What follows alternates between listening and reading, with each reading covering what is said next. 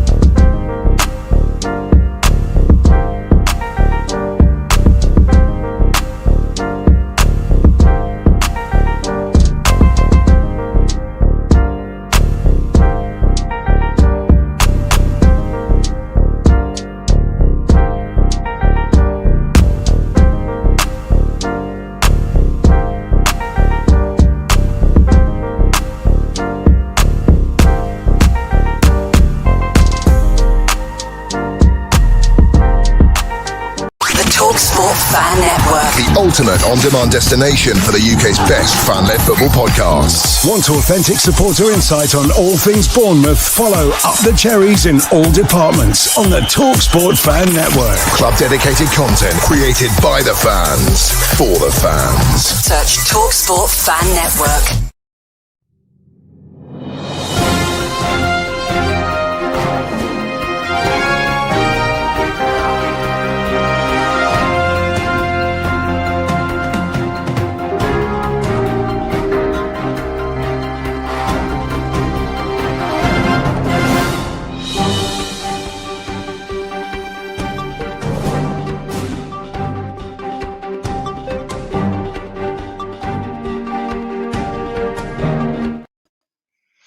Hello everyone and welcome to another edition of the Transfer Show here on Up the Cherries in all departments. Now, if you are new here, do us a favour, hit like, hit subscribe, hit the bell button below. It helps this channel to grow. Also got a big thank out to our two sponsors.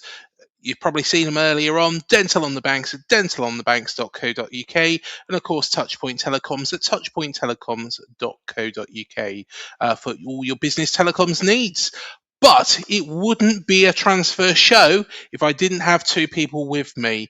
And first and foremost, and you will recognise him, he's been on this channel for years now, it is the one, the only, Manny Thangaduri. How you doing, mate? All good, thank you, Craig. Lovely to be back for a little transfer talk. And it's almost as if the closer we get to the end of the window, the more the excitement happens. There's a school of thought which says that if you have to wait until the end of the window to get your business done, it's a sign of inefficiency. And yes, that is a direct attack on a certain team that likes to think of itself as a quality team but doesn't act like it. It is what it is, you know. I know where you go with that, Manny, but I tell you what, let's get our other regular in, and it's always a pleasure to see this man on here. It's Mr. Dylan Reid. How you doing, Dylan? Great, thank you, Craig. Really looking forward to another great show, hopefully. Seems like the Premier League is drawing nearer and nearer. Obviously, the EFL kicks off tomorrow, and that means next weekend the Premier League is back. So really looking forward to diving into some more transfer news as we get closer to the start of the season. Definitely, mate, definitely. And, of course, we were talking about this before we come on air. This is a Peru top for anybody that doesn't know and is wondering what the hell I'm wearing. It's actually inspired by Chicha culture. I do apologise to the people of Peru if I've said that completely wrong, but it's a fusion of indigenous Andean traditions and modern urban life in South America. Of course, in particular Peru. So there we are. I thought it was a bit of a funky one. We all like funky shirts. And you were saying about a Columbia top as well, wasn't you, Dylan? Yeah, I really like this kind of niche that you found yourself in of collecting football tops. And I was just saying, when I think of like South American tops, there's this lovely Columbia one from a few years ago. I'm not sure if you remember it, Manny. It's like a white top with the Columbia badge just across the middle, and that was a beaut. So if I ever get into properly football top collecting outside of Liverpool and Harriers tops, then yeah, that'll be one of the first I go for. If not for that Peru one, because that is lovely. I'll mate. have to look that up. I'll have to look Nice. that up, Dylan, because for as long as I can remember, Columbia tops have always been, the classic canary yellow with the badge. So that might have been the away jersey of sorts. I might I have to think look that it up. might have been. Yeah, that rings more of a bell. Yeah, and obviously, of course, back in the day, the England jerseys were always very snazzy. You had the white shirt and the blue shorts, but the away, for the away kit, you had the red shirts and the white shorts, and then you had an all light blue kit. It's as if, as the years have gone by, the kits have started to become a little bit more boring, so to speak. But it is what it is. And Craig, let me say this: I love it when you get all cultural. Yes, mate. Honestly, this is why I collect national team jerseys, because I've got Venezuela. I've also got the Colombia away jersey during the World Cup as well. The Belgian one as well, as everybody knows, Chris Farian loves that one from Leicester Till I Die. He's a massive fan of that one. He's not, he can't stand it, but I love the Belgium away one. Got a bit of a collection. It's costs a bit though, to be fair. But I'll tell you what, should we say hello to some people in the chat? And we have got Chris Hubble with us. Hope you're doing well, Chris.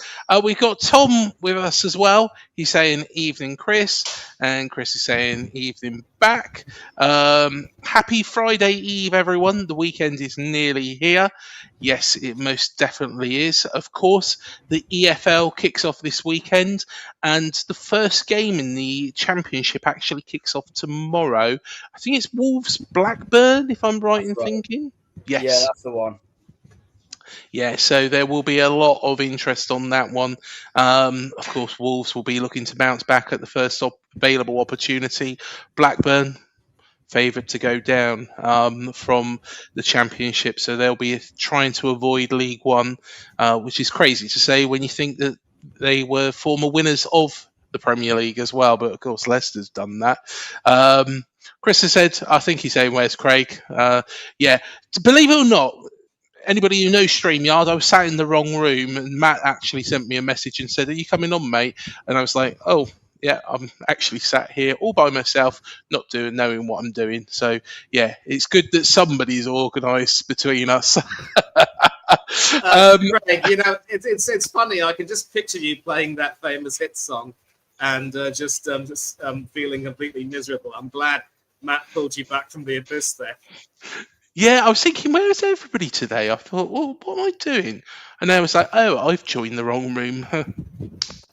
Happens to the best of us, Craig. Exactly, mate. Exactly.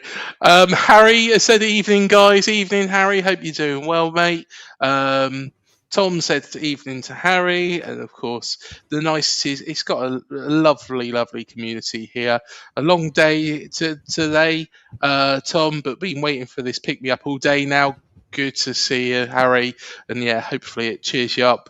A bit of a long day, my end as well. To be fair, nice top, Craig. Thanks very much. I've got an Afghanistan one. I can't believe there's an Afghanistan top out there. Really? Are they? Or is this? I don't. Maybe it's another sport. I've no idea. Do you know what? That would be some unique football shirt.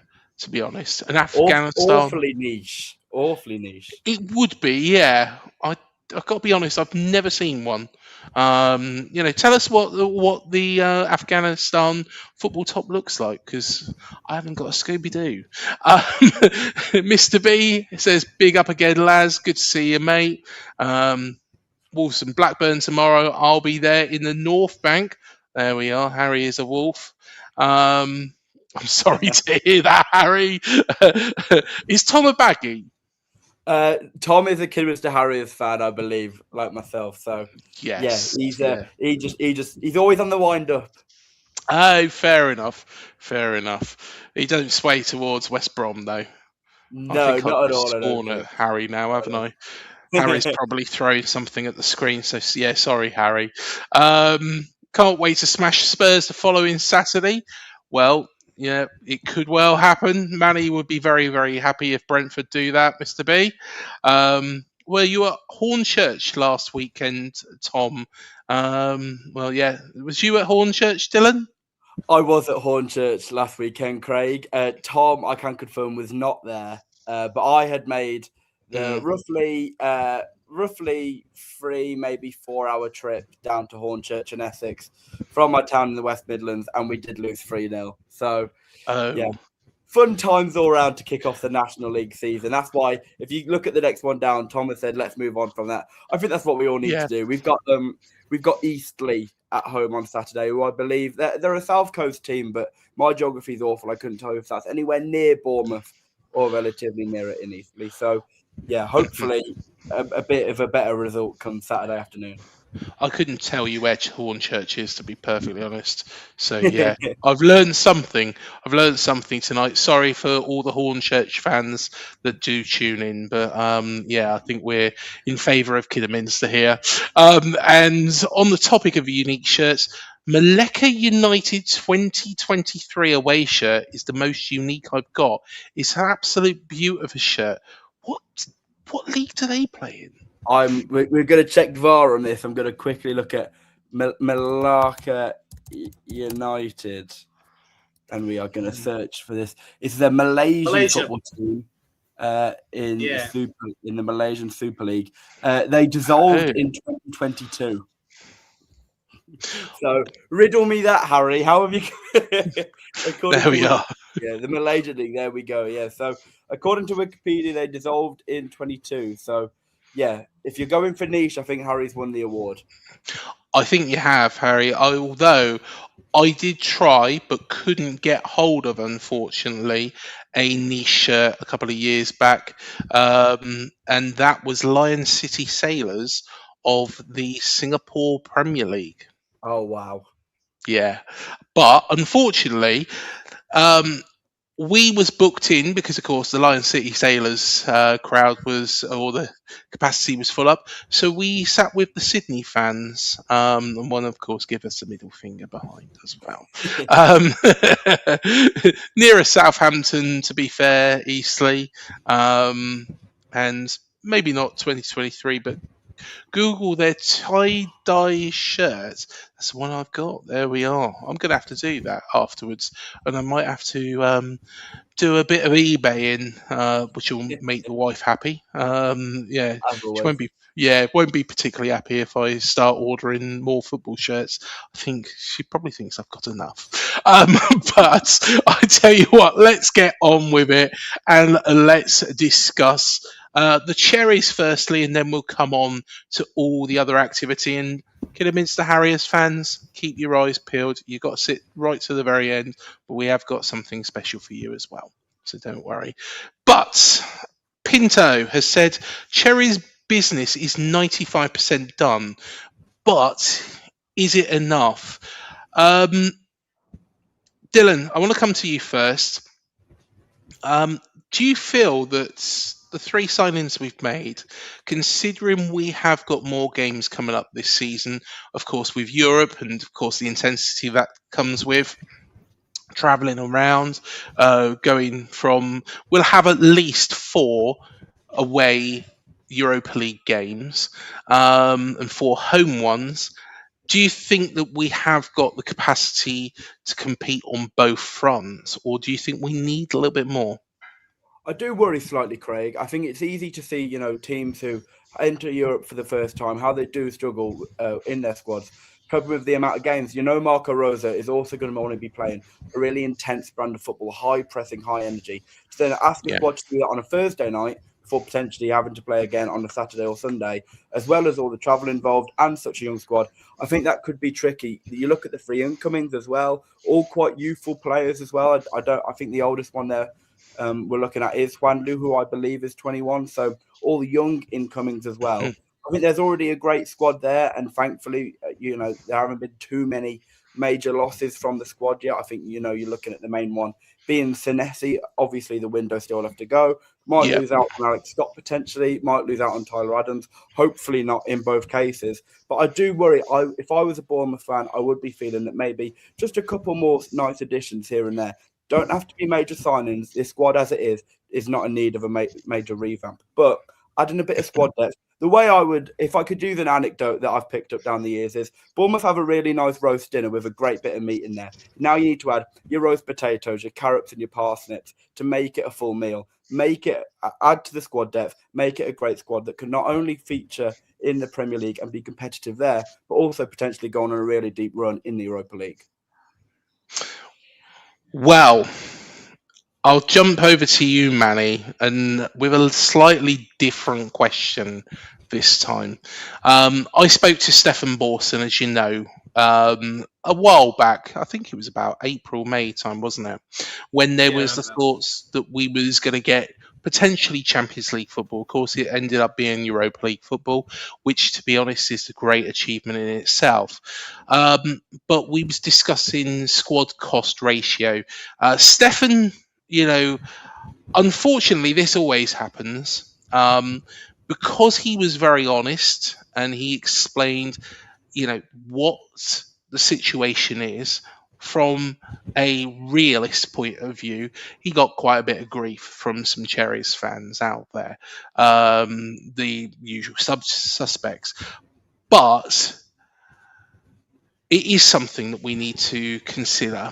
And do you think that maybe our hands are a little bit tied with regards to adding much more squad depth?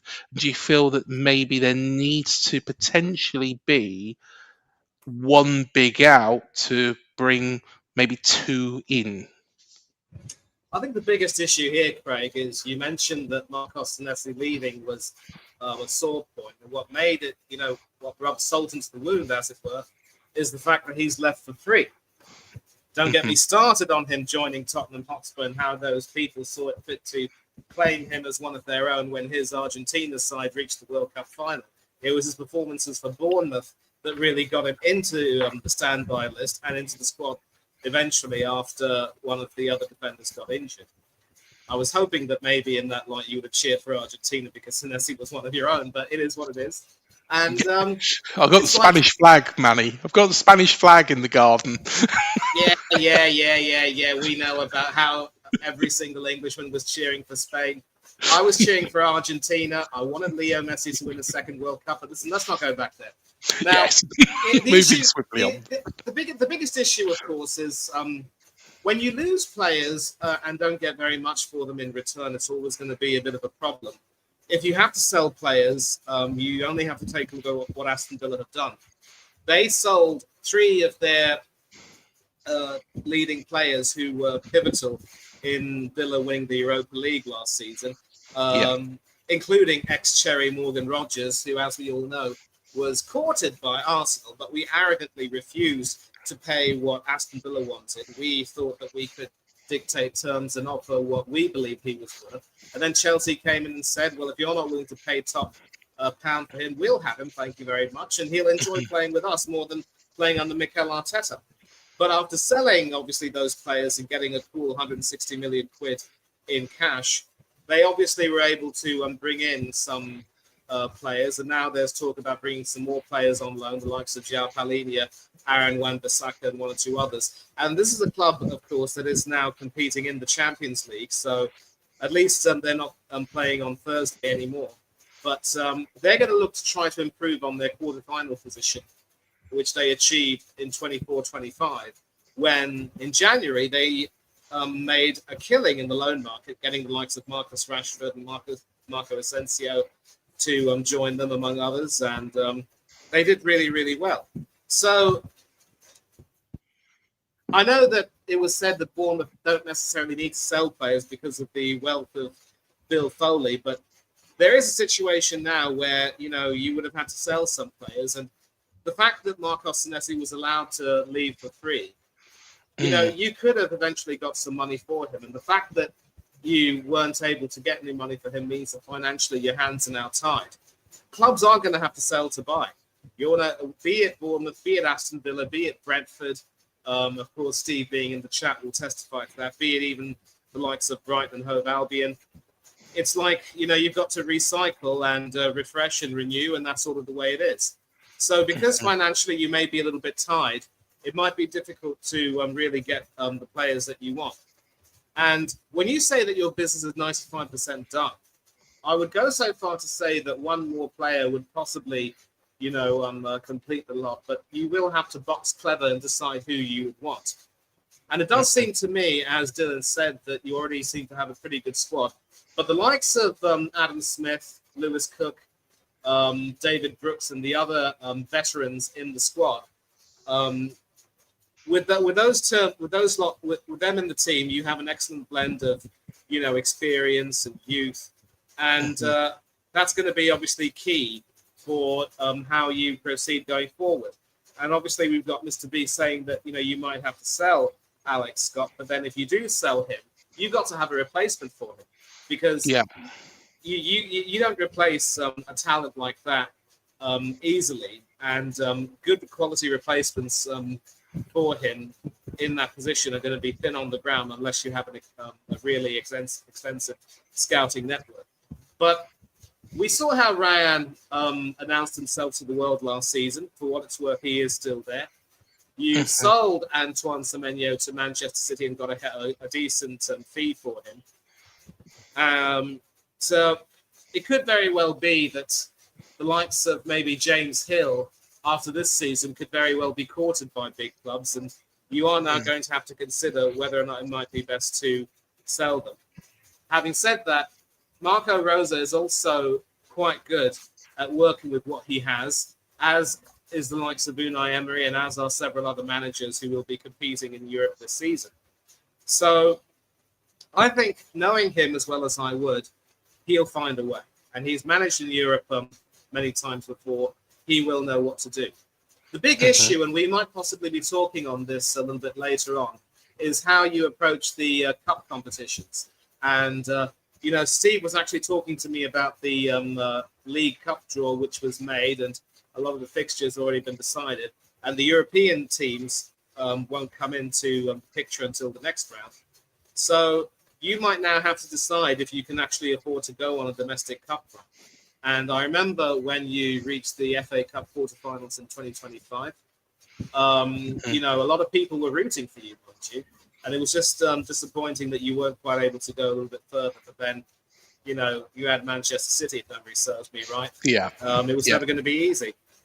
So I think I would say if you can get someone over the line, it might very well either be a decent free transfer or a loan deal, which can be partly financed by that player's parent club.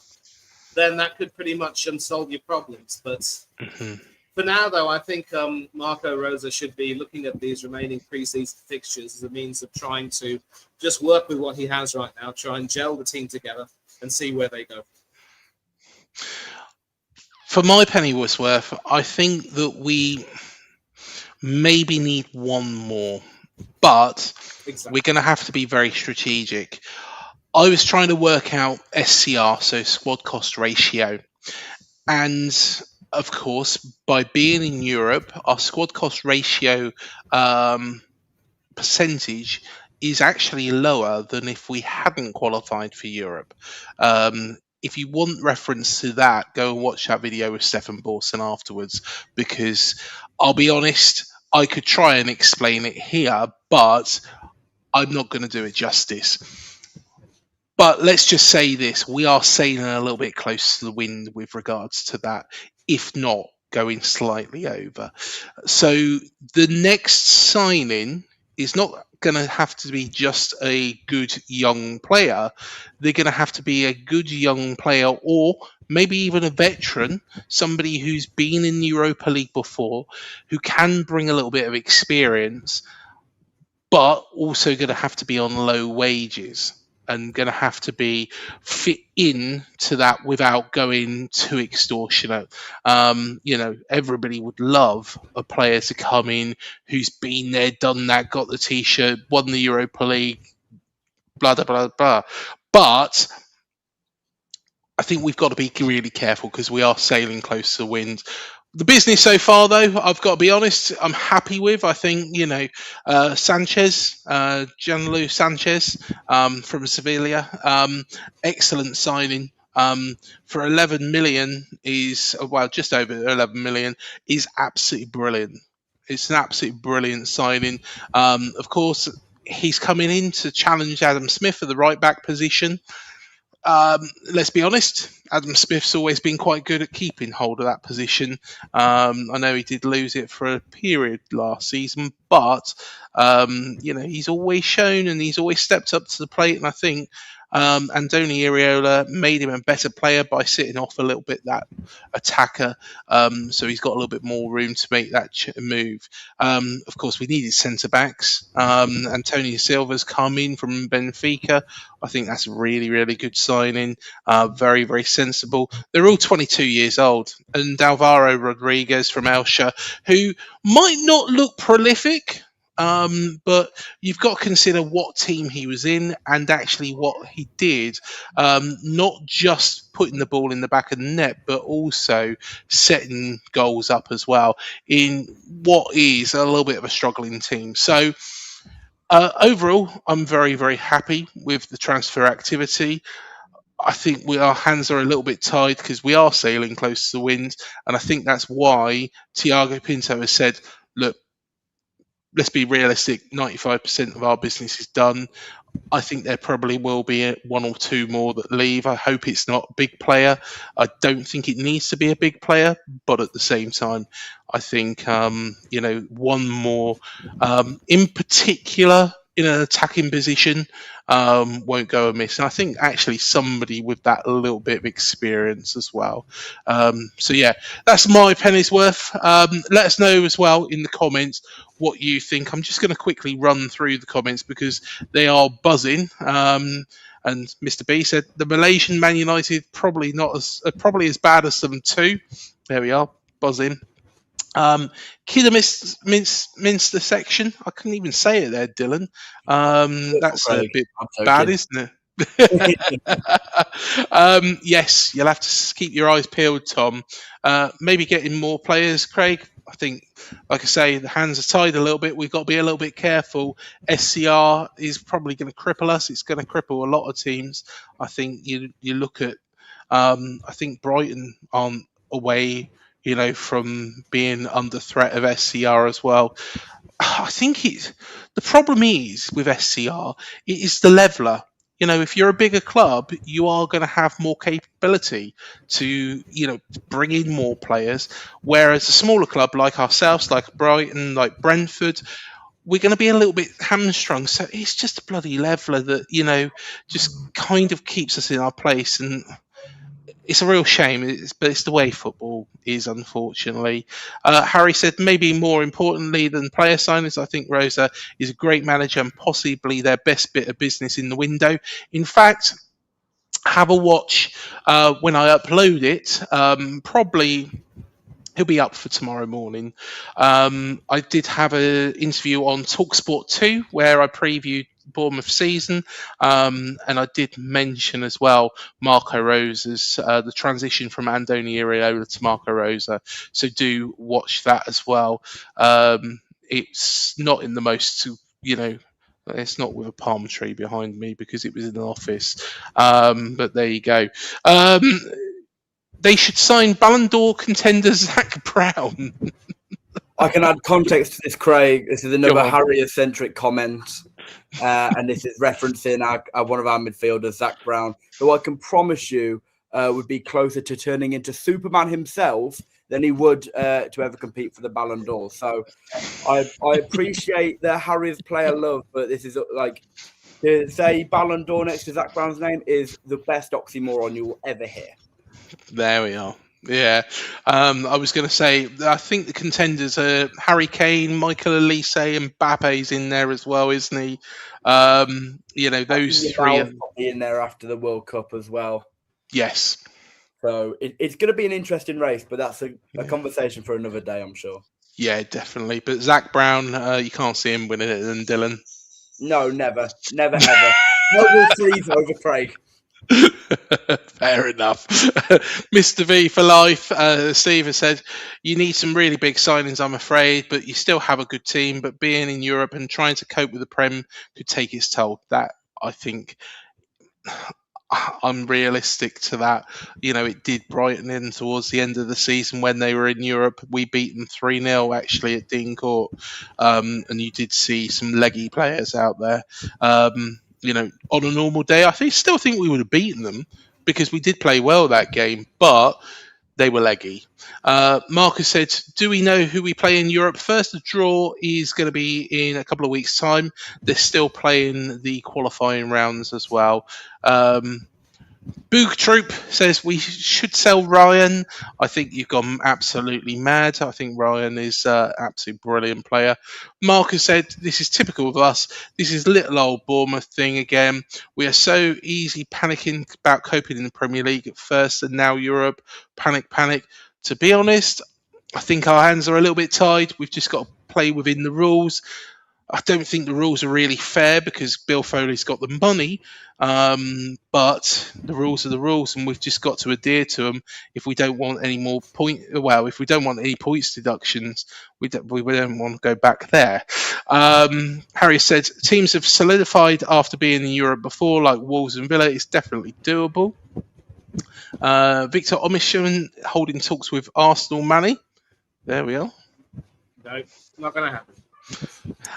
Thomas says heard Osimhen wants to win trophies, so he's pulled out of talks. That's a bit of a dig at Arsenal. He's not wrong, He's not wrong. Basuma going on a free at the moment, Craig. I'll tell you what. I'll let Matt in the Matt's in the comments.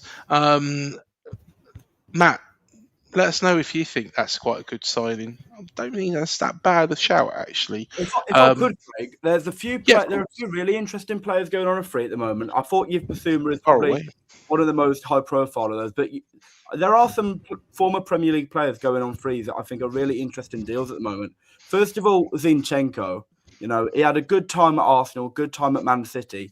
I know he's played at left back, but could do a job in midfield. I know Manny's shaking his head. He's got maybe a bit of trouble behind him, but even just to be an option, just to come in and play the odd game, fill in some minutes, or even a player like Wilfried Zaha. I know he's in his 30s now, and a Crystal Palace legend as well, but he's just left, I believe it was Galatasaray in Turkey, and he's left now. So you're looking at these type of players, players who have been around the Premier League for years, and I think Bournemouth could do a lot worse than signing someone like a Bissouma, like a Zinchenko, like a Zaha, just to come in and be a bit of experience, a level head, on decent wages as well. And even if it's just to play, the odd half an hour game in Europe or a low stakes Premier League game, potentially even something like that, if Bournemouth wanted to put their nose in.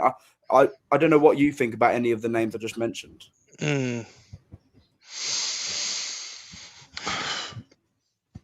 I think we need one. I think we need one player in.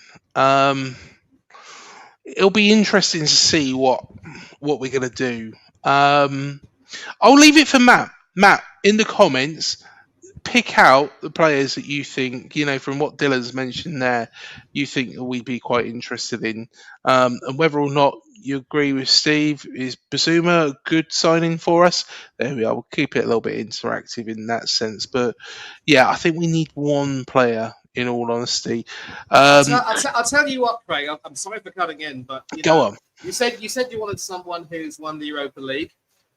He was, of course, a teammate of Dominic Solanke when they won it in Bilbao under Ange Postecoglou. Ange got the best out of him, but Tommy Frank was never really able to work with him. He seems to be the type of person who, needs someone who's quite sympathetic, but also a little bit demanding, but who can also trust him. So maybe he wouldn't be a bad shout. But if you are forced to sell Alex Scott, you should make sure that you get top pound for him. And if you get Bissouma on the free, jobs are done. Well, I think it would make sense, but it'd be good to see what Matt also thinks about Bissouma as well. Matt said that I'm doing my best David Brent. How'd you do it? I don't know. That's more the Macarena than it is anything else, isn't it? If you watch The Office, you know what I'm doing there. Mr. B for life's laughing, and folks coming back from injury alone could be key. Yes. Well, I tell you what. Let's quickly move on to the next part. And of course, a player has left Dean Court today, and that is Enis Unal, who's headed back to Getafe on a free transfer. But the Cherries do get 1.5 million in potential bonuses and 20% of any future sell-on. Dylan, Enis Unal, I'm a little bit disappointed by this for the sole reason that we might need a little bit of strength. We might need something a little bit different in Europe. We might need somebody who I think is quite good in the air, can score, a fantastic goal every now and again. What do you make of this? Should we have kept him on considering the workload's going up this season, or do you feel that his return was just a little bit too weak? I think this is a real head scratcher for me, Craig, personally. I think you look at Unal and maybe he never did truly find his footing in the Premier League. I always thought he was a little bit on and off. But for on his good days, he was a really good utility sub and a utility player that can offer an option deeper, up front, or potentially on the wings.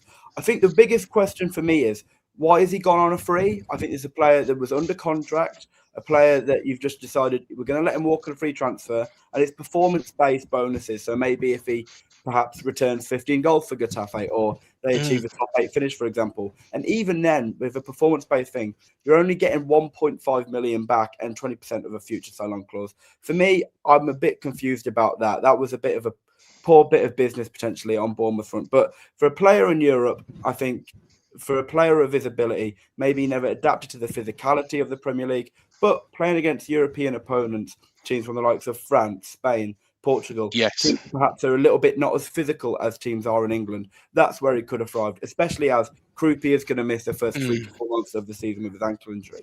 It is the report being that by Unal leaving, it does mean Daniel Jeppesen is going to stay around the summer and he's not going to pursue any interest that we discussed last week from the likes of any championship teams. I think Genoa and Schalke, or maybe it was Hamburg, were the other team linked with his services. I think that's obviously the player who wins the most out of this is Jeppesen. He's going to be able to get a look in under Rosa and potentially reignite his Bournemouth career. But from a business standpoint and from a player standpoint, I think this is a bit of a confusing deal. Unal was a flop, wasn't he? You could probably say that looking at the statistics, but I think he did some good as well.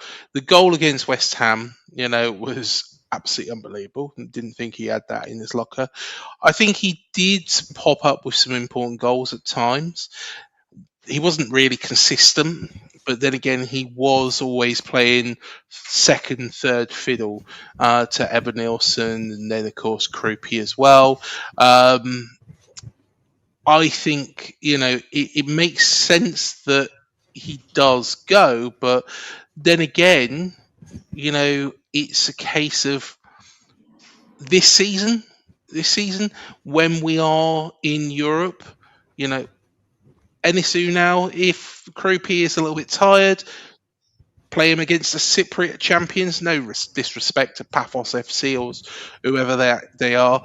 But, you would expect Enis Unal to be able to take the game to a team like that. He might not, but, and of course that decision then needs to be made. But in all honesty, he's an option for the early stages of the Europa League, which actually is perfect for us. Because, like I say, Krupi is out for the first 3-4 months. Once Krupi is back, there probably isn't the need for Unal. Plus, the games will probably get a bit harder as well. So, therefore, I think Unal could have done a job in that tournament. But let's be fair. There is, as well as being some good teams like the Juventuses, the Milans, and teams like that, there is also some poor teams in the Europa League that do get through as well, and you should expect us to be. The ACL was costly for him. Yeah, I agree with this, Matt. It was never going to be a starter. Offered something different from the bench. 100%. 100%. I'm a little bit disappointed by it. I personally think that maybe we should have kept hold of him, just for maybe sell him in January, and then. But yeah, now it just feels a little bit premature. I agree with you, Craig. One more player in would be good. Yeah, and I think it probably needs to be in the attacking department. Manny, surprised about this? Quite surprised. I mean, I do seem to remember Craig speaking about Unal and saying that, yes, he would be a good option off the bench. And as you've said, when it comes to the Europa League, you will have ample opportunities to rotate the squad and give some people players a chance. You're spot on. There are some very, very poor teams in the Europa League, in addition to the teams that should be in the Champions League but couldn't really qualify, like Aston Villa, who ended up winning the whole thing last year. And hopefully, if there had to be an English team to win the Champions League this year, I'm not being biased. I hope Bournemouth do win it, but that would be an absolute dream. And as Dylan has said, letting him go for a free transfer, notwithstanding that you are going to get £1.5 million in potential bonuses and 20% of the sell-on. I mean, you still got done dirty here. And this is something that you're now going to have to start to learn how to deal with, because you can't have a situation where, you end up losing players on a free without getting some sufficient money for them.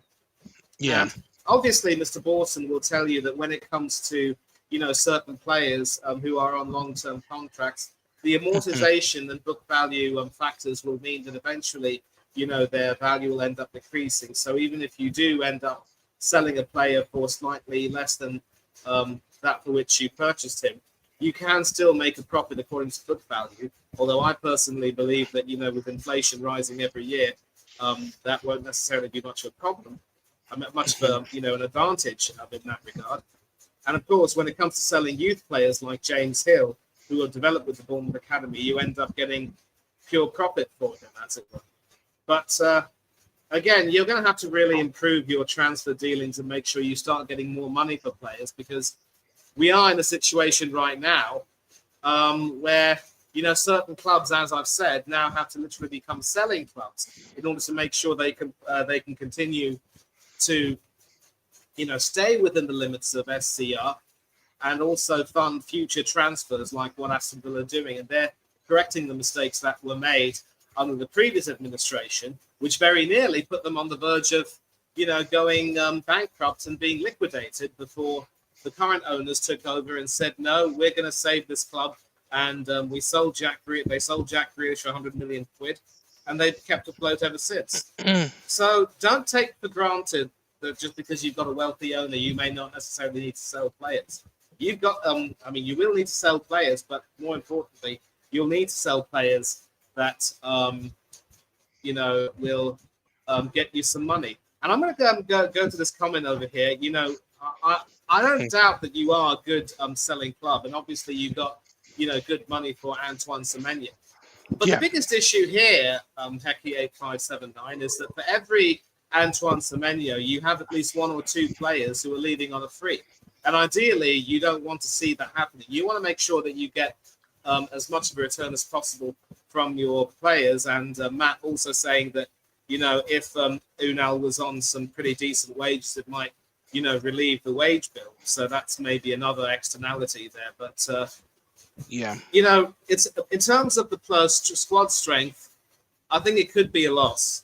And this is where now, as you said, Craig, you're going to have to box a little bit clever with regard to who you might want to sign in order to complete your transfer business, especially with regard to giving the Europa League a very good crack.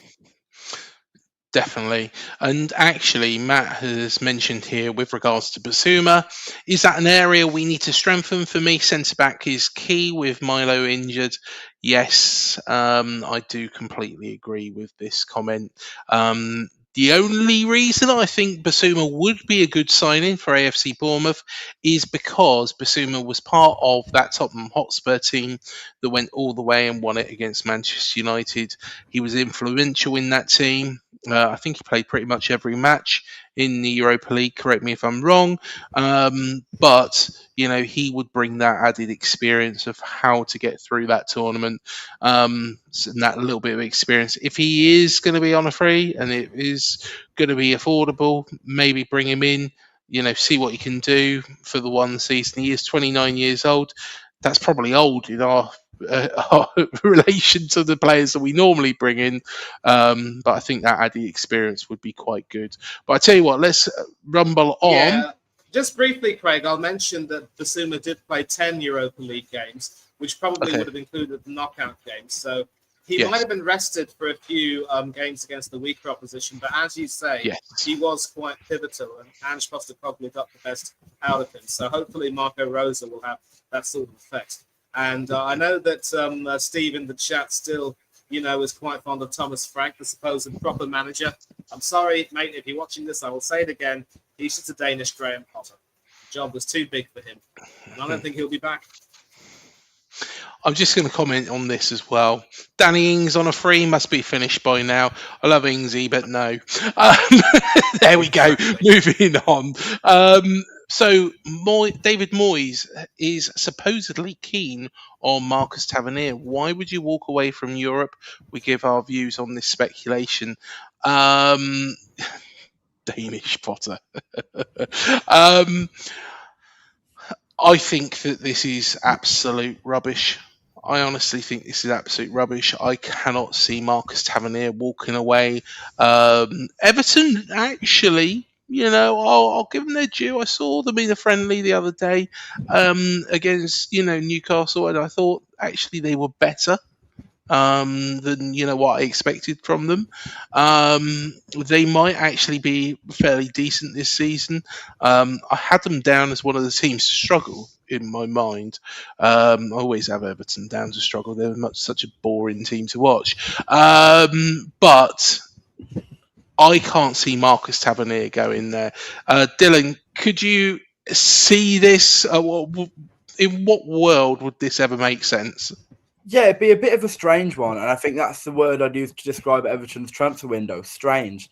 They completed a bit of a head-scratching deal. You very rarely see a direct swap deal, let alone one regarding players with no transfer fee. They took away Dwight McNeil, who's now gone to Crystal Palace. They were interested in him on a loan basis in January. Everton said no, but instead they've waited a few months, said, well, we will let McNeil go to Palace, but then we'll take Brennan Johnson off your hands after he failed to impress at Selhurst Park. So again, a bit of a strange one. From a player perspective, Tavernier, like you said, why would he want to walk away from European football? I do think Everton are a little bit away from really competing for a European place yet. I think they're missing a few players, especially in the fullback and defensive areas. I thought they were, perhaps it's me, underrating the player that John Stones currently is. He's now obviously gone to Inter Milan. I thought he was nailed on for a return to Everton. I thought that would have made a lot of sense for them to bring him back to the club.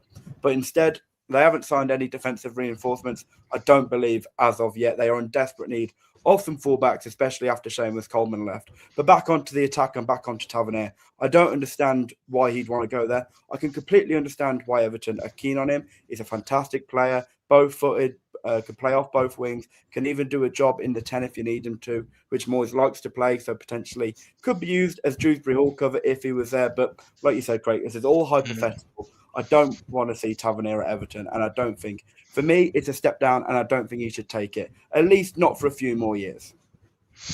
I'm just going to go to this comment. If Tavernier goes, it's got to be for the money. It can only be for the money because at the end of the day, I see Everton as a backward step. Everton are a bigger club than AFC Bournemouth. We're not going to lie about our position in football. We are a small club with an 11,000-seater stadium, but we're a team on the move. We've got a fantastic new state-of-the-art training centre. And, it's a good place to play football and a good place to live as well. But, Everton do have that pulling power, that history behind them. In fact, I've read Duncan Ferguson's book. And do you know what? I really like Duncan Ferguson as man. I always have done. I'm joking. Yeah, but in all honesty, they are a good club, Everton. As much as I take the piss out of them, but this would not make any sense whatsoever. Everton, Connor has said Everton may be better in the long term with the new stadium and everything, but at 27, why would Tavernier move? Best chance ever to play in Europe for him, surely, and there's no guarantees Everton will play in Europe. If he does go there, say for example, he signs a 3-year contract, are Everton going to play in Europe? Possibly not. But I am going to throw a little bit of a spin on this in a second. Bit of an insult to Thomas that, let's be honest, Spursy would destroy any manager. De Zerbi hasn't been there long enough to get messed up. I think he's done quite a good job. Tavernier is quality. We would take him, to be honest. I don't think he'd go to Brentford, though, unfortunately for you, Steve. So enough for that. But I tell you what is in my mind about this. There was a rumour circling at the start of this window that Iliman Ndiaye was on our radar. And Iliman Ndiaye is a player who, let's be honest, when we beat Everton in that game at the start of, not last season, but the season before, and we turned it on its head. They were in pole position. They were cruising. We turned it on its head. Iliman Ndiaye was taken off by Sean Dyche, and that's where it all fell apart. Iliman Ndiaye is an absolutely brilliant player, and I wonder if the club do see Iliman Ndiaye as the player that they feel would bring something extra to AFC Bournemouth.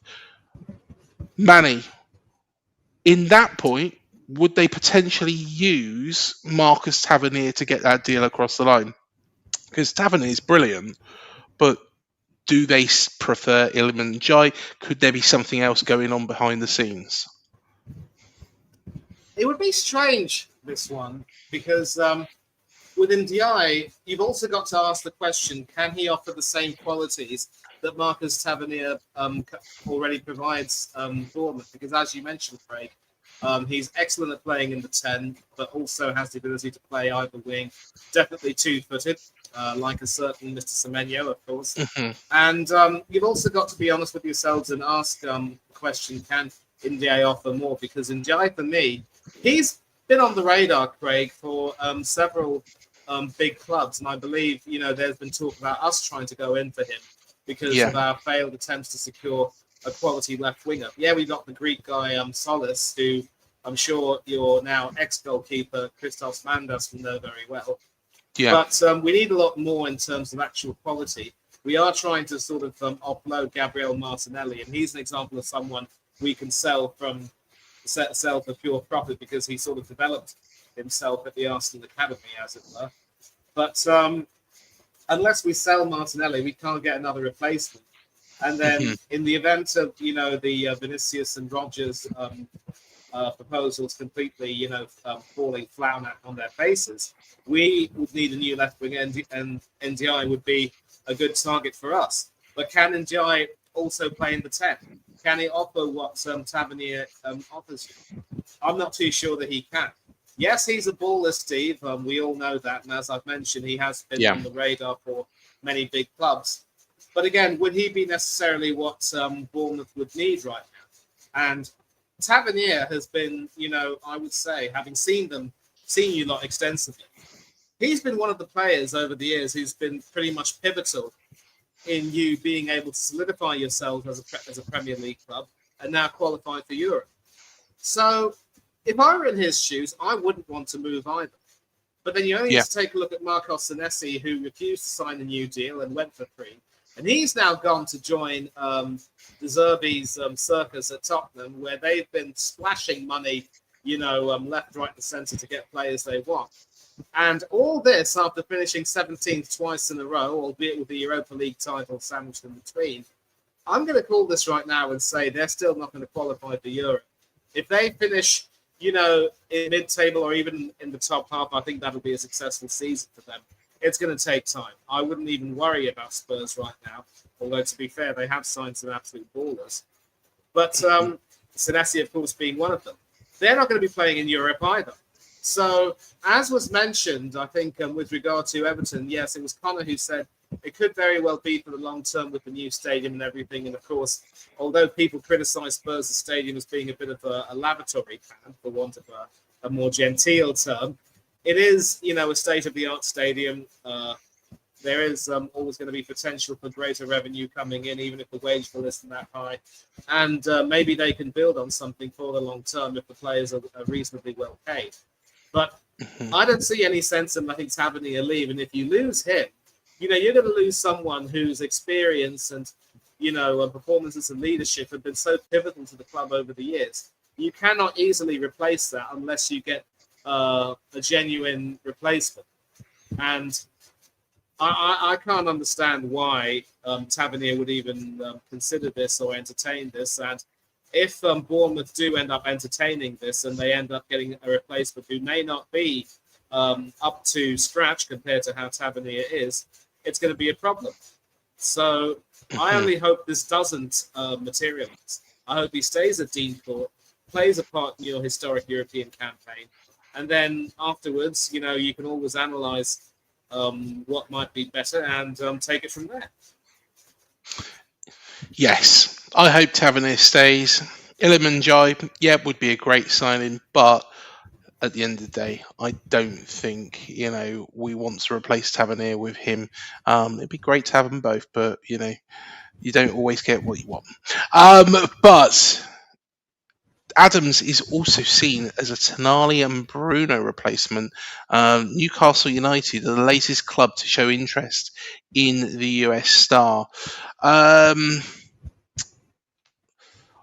think that this is absolute rubbish. Dylan, do you think this is absolute rubbish? Yeah, me too. Look, it's obvious that Newcastle need to rebuild their midfield. They've had arguably the worst transfer window of any Premier League team. I would argue that Liverpool are following closely behind, but for me, I think Newcastle have had an abhorrent window, and they just need anyone through the door at the minute. They obviously signed Bamba from Monaco, but he's unproven and still quite young. They need proven Premier League quality. And even when they tried to get someone like that through the door, they tried targeting Pierre-Emile Højbjerg from Marseille, obviously the former Southampton and Tottenham midfielder, and he said, no, I don't want to join you. So, even when you're a bit part player at Marseille, you're guaranteed first team football in the Premier League with Newcastle, and they are still saying no. This is an absolute horror show of a window. So Tyler Adams is obviously much, much better than Pierre-Emile Højbjerg and would walk into Newcastle's midfield like he would get into most Premier League midfields at the moment. But if he was to end up a Newcastle player by the end of the window, I would be seriously surprised. So they can be interested all they like. They're going to be interested in so many names until the end of the window. I wouldn't be surprised if someone outrageous tries to say that Alex Scott would be linked with the club. Absolutely not. It's even worse to hear Tyler Adams being linked, let alone Alex Scott, who for me is a better player than Adams. So Newcastle, obviously, like I said, they need midfielders. They need a rebuild. Will Tyler Adams be the cornerstone of that midfield rebuild? I doubt he will be. So for me, I agree with you, Craig. I think this is absolute nonsense. I think the media are going to link Newcastle to almost every midfielder under the sun from now until deadline day. And I'd be awfully surprised to see Adams go into Newcastle. So like you said, I don't see this happening, and I think this is absolute rubbish. Same. Newcastle having a disaster. Nobody wants to go there, says Mr. B. And Thomas said, to be honest, if Adams went to Newcastle, I see it as a step backwards. Bournemouth are on the up, and Newcastle are on the way down. Yes, most definitely. And of course, Eddie Howe leaving there as well. Tom said, no one wants to be at Newcastle. Craig, I wouldn't listen to this at all, mate. Yeah, I think this is rubbish. I think, and you know what? This is the first time I'm going to bring this out. But over to our roving reporter. Bullshit. There we go. So, yes, thank you to our UTC IAD reporter. He's recently been hired. It is Carl Pilkington. Yes, Carl, what do you make of this again? Bullshit. There we go. Should we move on? So, the last of the Cherries news is Ryan. Oh, should have saved that, to be honest, for this one. To be fair, we give Carl another ring. I think he'll be needed again here. Yeah, I think so. So, Real Madrid, Paris Saint-Germain, Liverpool, and Arsenal are after Rayan. But Rayan supposedly wants to go to Saudi and asked Cherries to sell him for £25 million. Now, I would not be surprised if these clubs have probably got Rayan on their target list. Let's be fair. He is a good player. We signed him for Vasco da Gama for a very, very, very modest fee. Of course, he's got a very big extortionate release clause in his contract, if it's to be believed. But at the same time, we don't need to sell him. And he's under quite a long contract. Dylan, this is pure and utter. What's the best way I can put this? It's horseshit, isn't it? This? What does Mr. Pilkington say? What does Mr. Pilkington say? Hang on, let me just see. Hello, Carl. What do you say about this one? Bullshit. There we are. I think he's had his say. Yeah, I wouldn't be surprised if these teams have got Rayan on their radar eventually, but why would he want to go to Saudi and say, I want to be sold for 25 million? Yeah, absolute madness, this, Craig. Obviously, look, I think there is truth in the rumours that perhaps those teams have him on their radar. They know how good players he come from Vasco da Gama can be, and they saw how good Rayan was during the second half of last season. However, the rumour that Rayan, first of all, wants to go to Saudi, which we've seen for young players has been a bit of a career graveyard at the minute, is absolute rubbish. And also the fact he's trying to tell the club, sell me for 25 million euros. What player does that? I would love to meet as an absolute fool started this rumour and shake his hand and say, congratulations, mate. You are a prat, a professional prat, because that is rubbish. Look, obviously, teams like Real Madrid, PSG, Liverpool and Arsenal will always be linked to these type of players, especially Liverpool at the minute, needing a right forward. Arsenal as well, always looking to recruit a forward. We've seen how heavily they've been linked with some attackers. And PSG have recruited lots of attackers, so no surprise to see them linked. Real Madrid, maybe not so much. Now they've splashed 120 million euros on Yandy Amande. But look, for now, I don't think Rayan is going anywhere. Does he want to leave? I don't think so. Why would he? He's off to a flyer at Bournemouth. Would Bournemouth want to sell him? No. He's one of their best players, and he's set for another really exciting season. And third of all, would he go for £25 million? Obviously not. He'd arguably go for 4, maybe 5 times that. So, yeah, absolutely. I think this is utter nonsense. And like it says on there, this is how much nonsense there is in the media at the minute. Rubbish. Excellent. Dylan, I've got to show these comments, and I do apologise in advance as well. I thought Carl was already on the show. He's at the bottom. No. Wow. I thought that too. Dylan, in a second, I'm going to make you full screen. Can you give us a bullshit and we can replace Carl? Yeah, give me a countdown and I'll give it. Everyone get their cameras ready. Right. Bullshit. Oh, I was going to count you down there. Do it again. No, I panicked. I saw the thing go full screen. 3, 2, 1. Bullshit. Mate, that's better than Carl Pilkington's. There we are. Let me chime in, please. Come on, Maddie. Go on, Maddie. What? Countdown, please.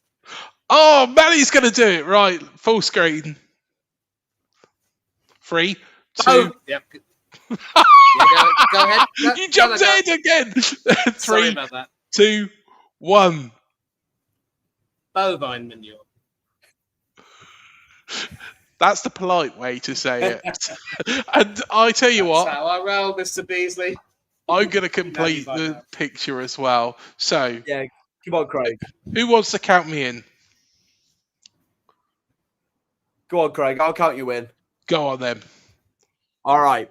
3, 2, 1. Bullshit!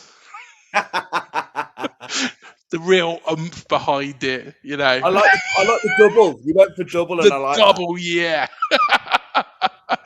And Mr. B has said media are making up shit again. Yes, they certainly are. Manny just swear.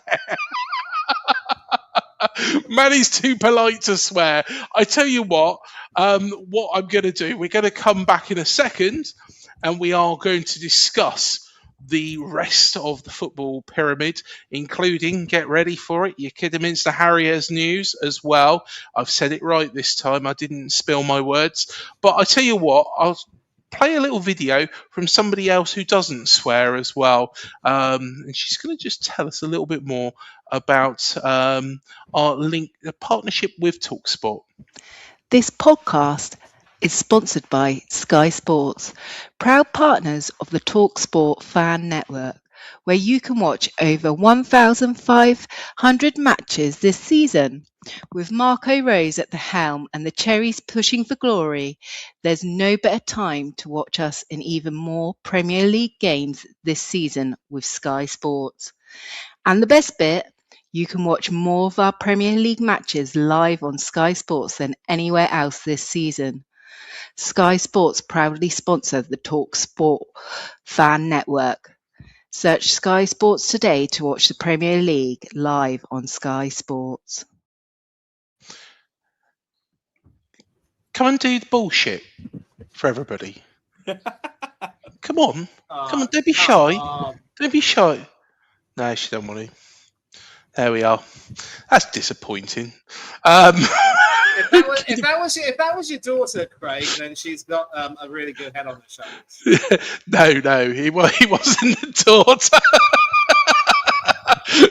It's the wife, that one. So yes, very, very nicely spoken. And she makes me want to watch it. There we go. See, Mr. B is signing up to Sky Sports because of the missus. There we are. Keep it to that, though, Steve. Let's move on with the rest of the news. And, of course, Rodri, pivotal for Spain, pivotal for España in winning the World Cup. I just wanted to say that again, Manny, sorry. But City have turned down a 55 million bid from Barcelona for Rodri. So, Manny, I'm going to start with you on this one. I think this fee's a little bit low, don't you? Not really. Let's bear in mind that this chap was subject to a dreadful knee operation, which ruled him out for a good chunk of the season, and both City and the Spanish national team missed him. We also have to consider his age. He is, getting on a little bit. We've got to consider, Craig, that when it comes to certain, players who are subject to transfers, a lot of things are considered, basically.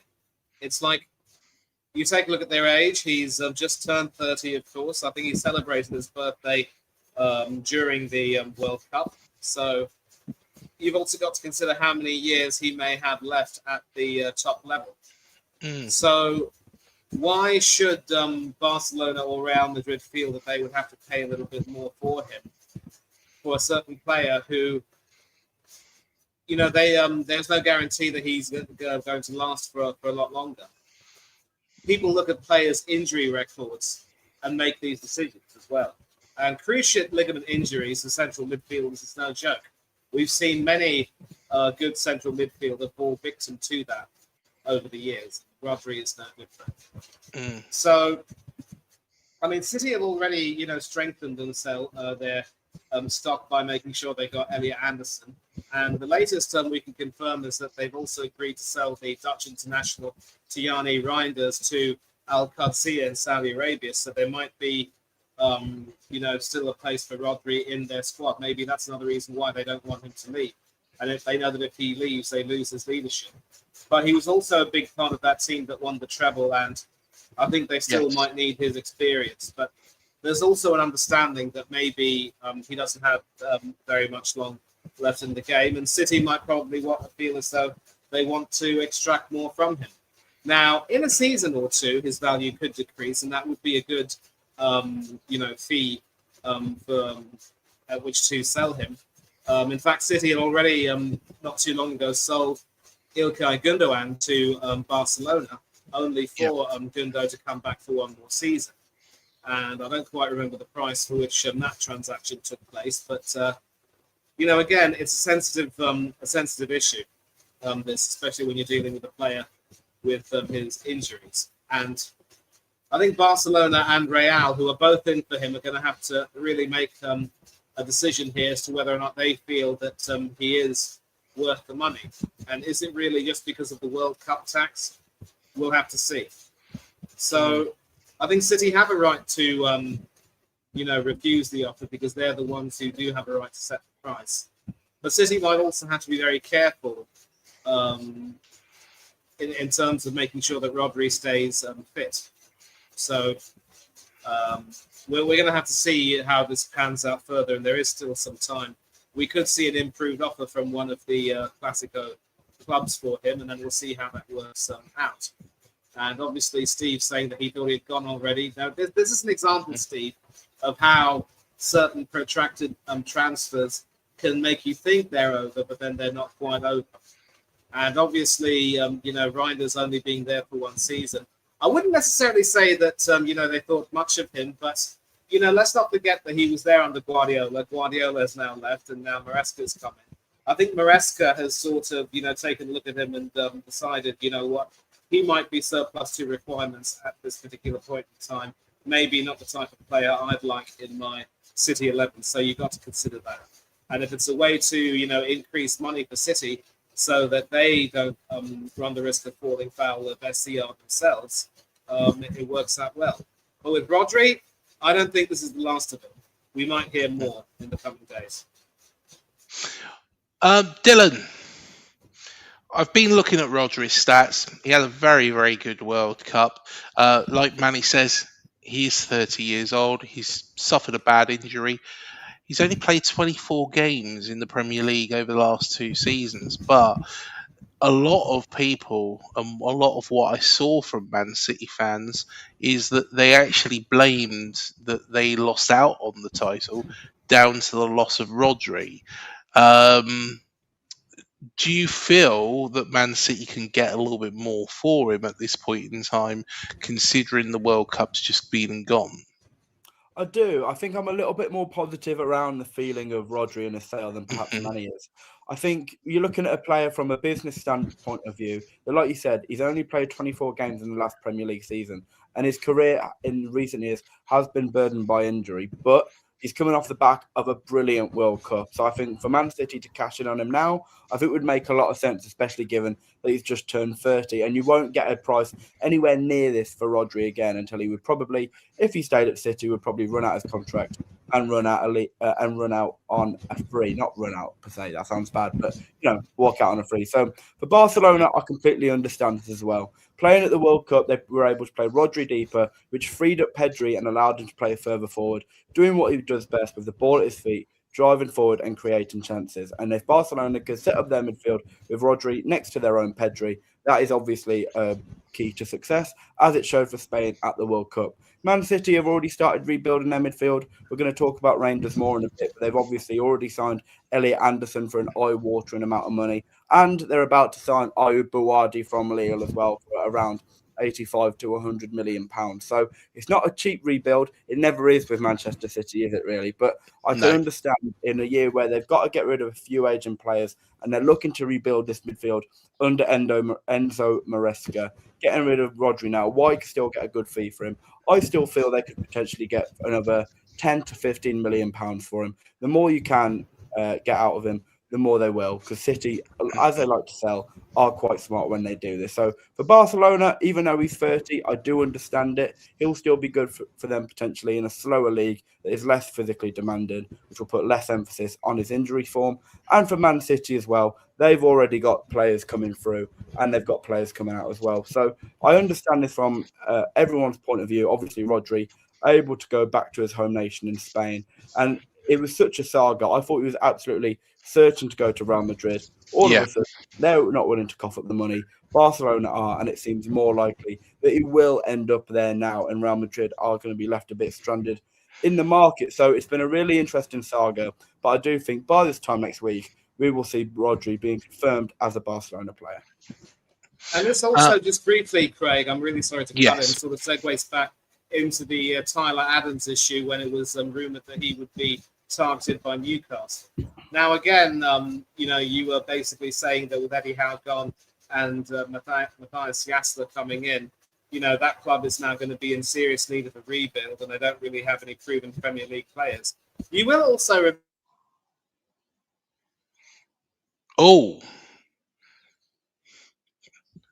There's a gremlin in the computer.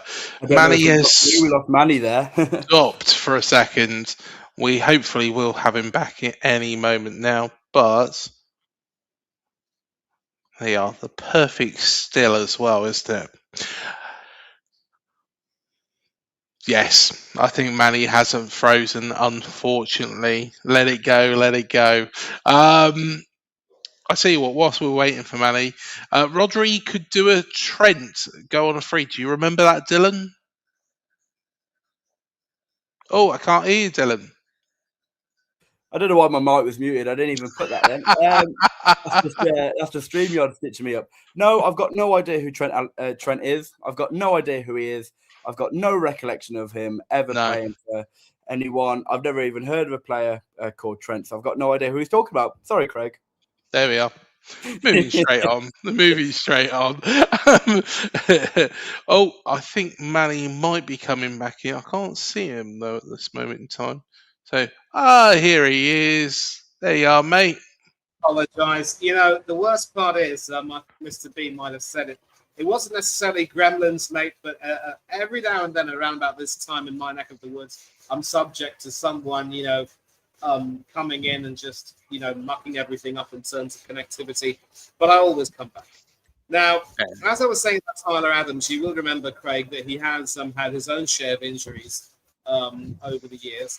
And there is also going to be a question of how many games you can necessarily get from him. And while he was injured, you were struggling to sort of replace him in the lineup. You had some issues as to who you could possibly play there. Lewis Cook obviously was playing there alongside Alex Scott, but Tyler Adams' absence would have hurt you quite a bit.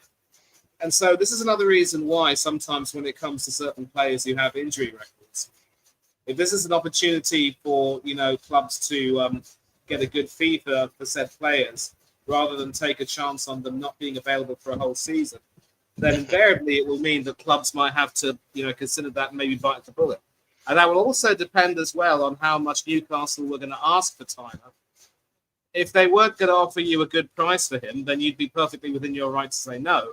But anything like about 35 or 40 million, I'm not too sure you would necessarily want to, turn that down.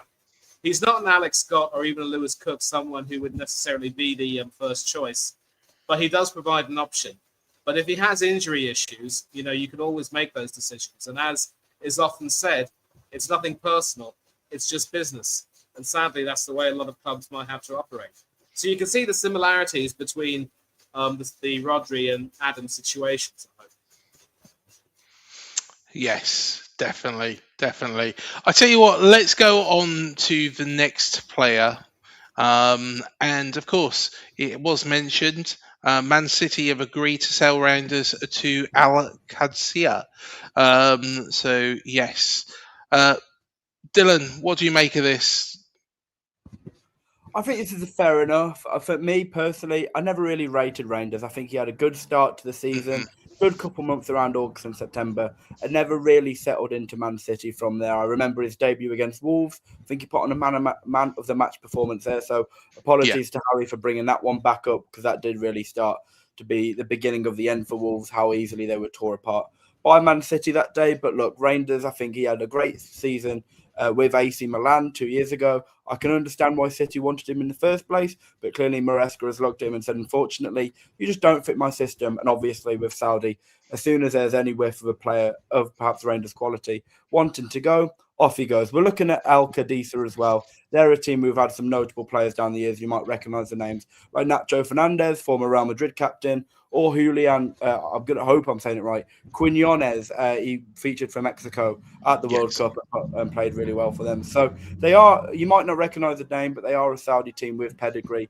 So from a player standpoint, as well as the millions he will be making there, it's going to be a positive move for him. But for Man City, like I said, they've done their due diligence. They're about to sign Ayub Buwadi. They've already got Anderson through the door to go along with a host of other talented midfielders that they've already got. So Rodri and Reinders leaving and Anderson and Buwadi in. I think that's generally a pretty good deal and good business by Man City as they continue to rebuild their midfield.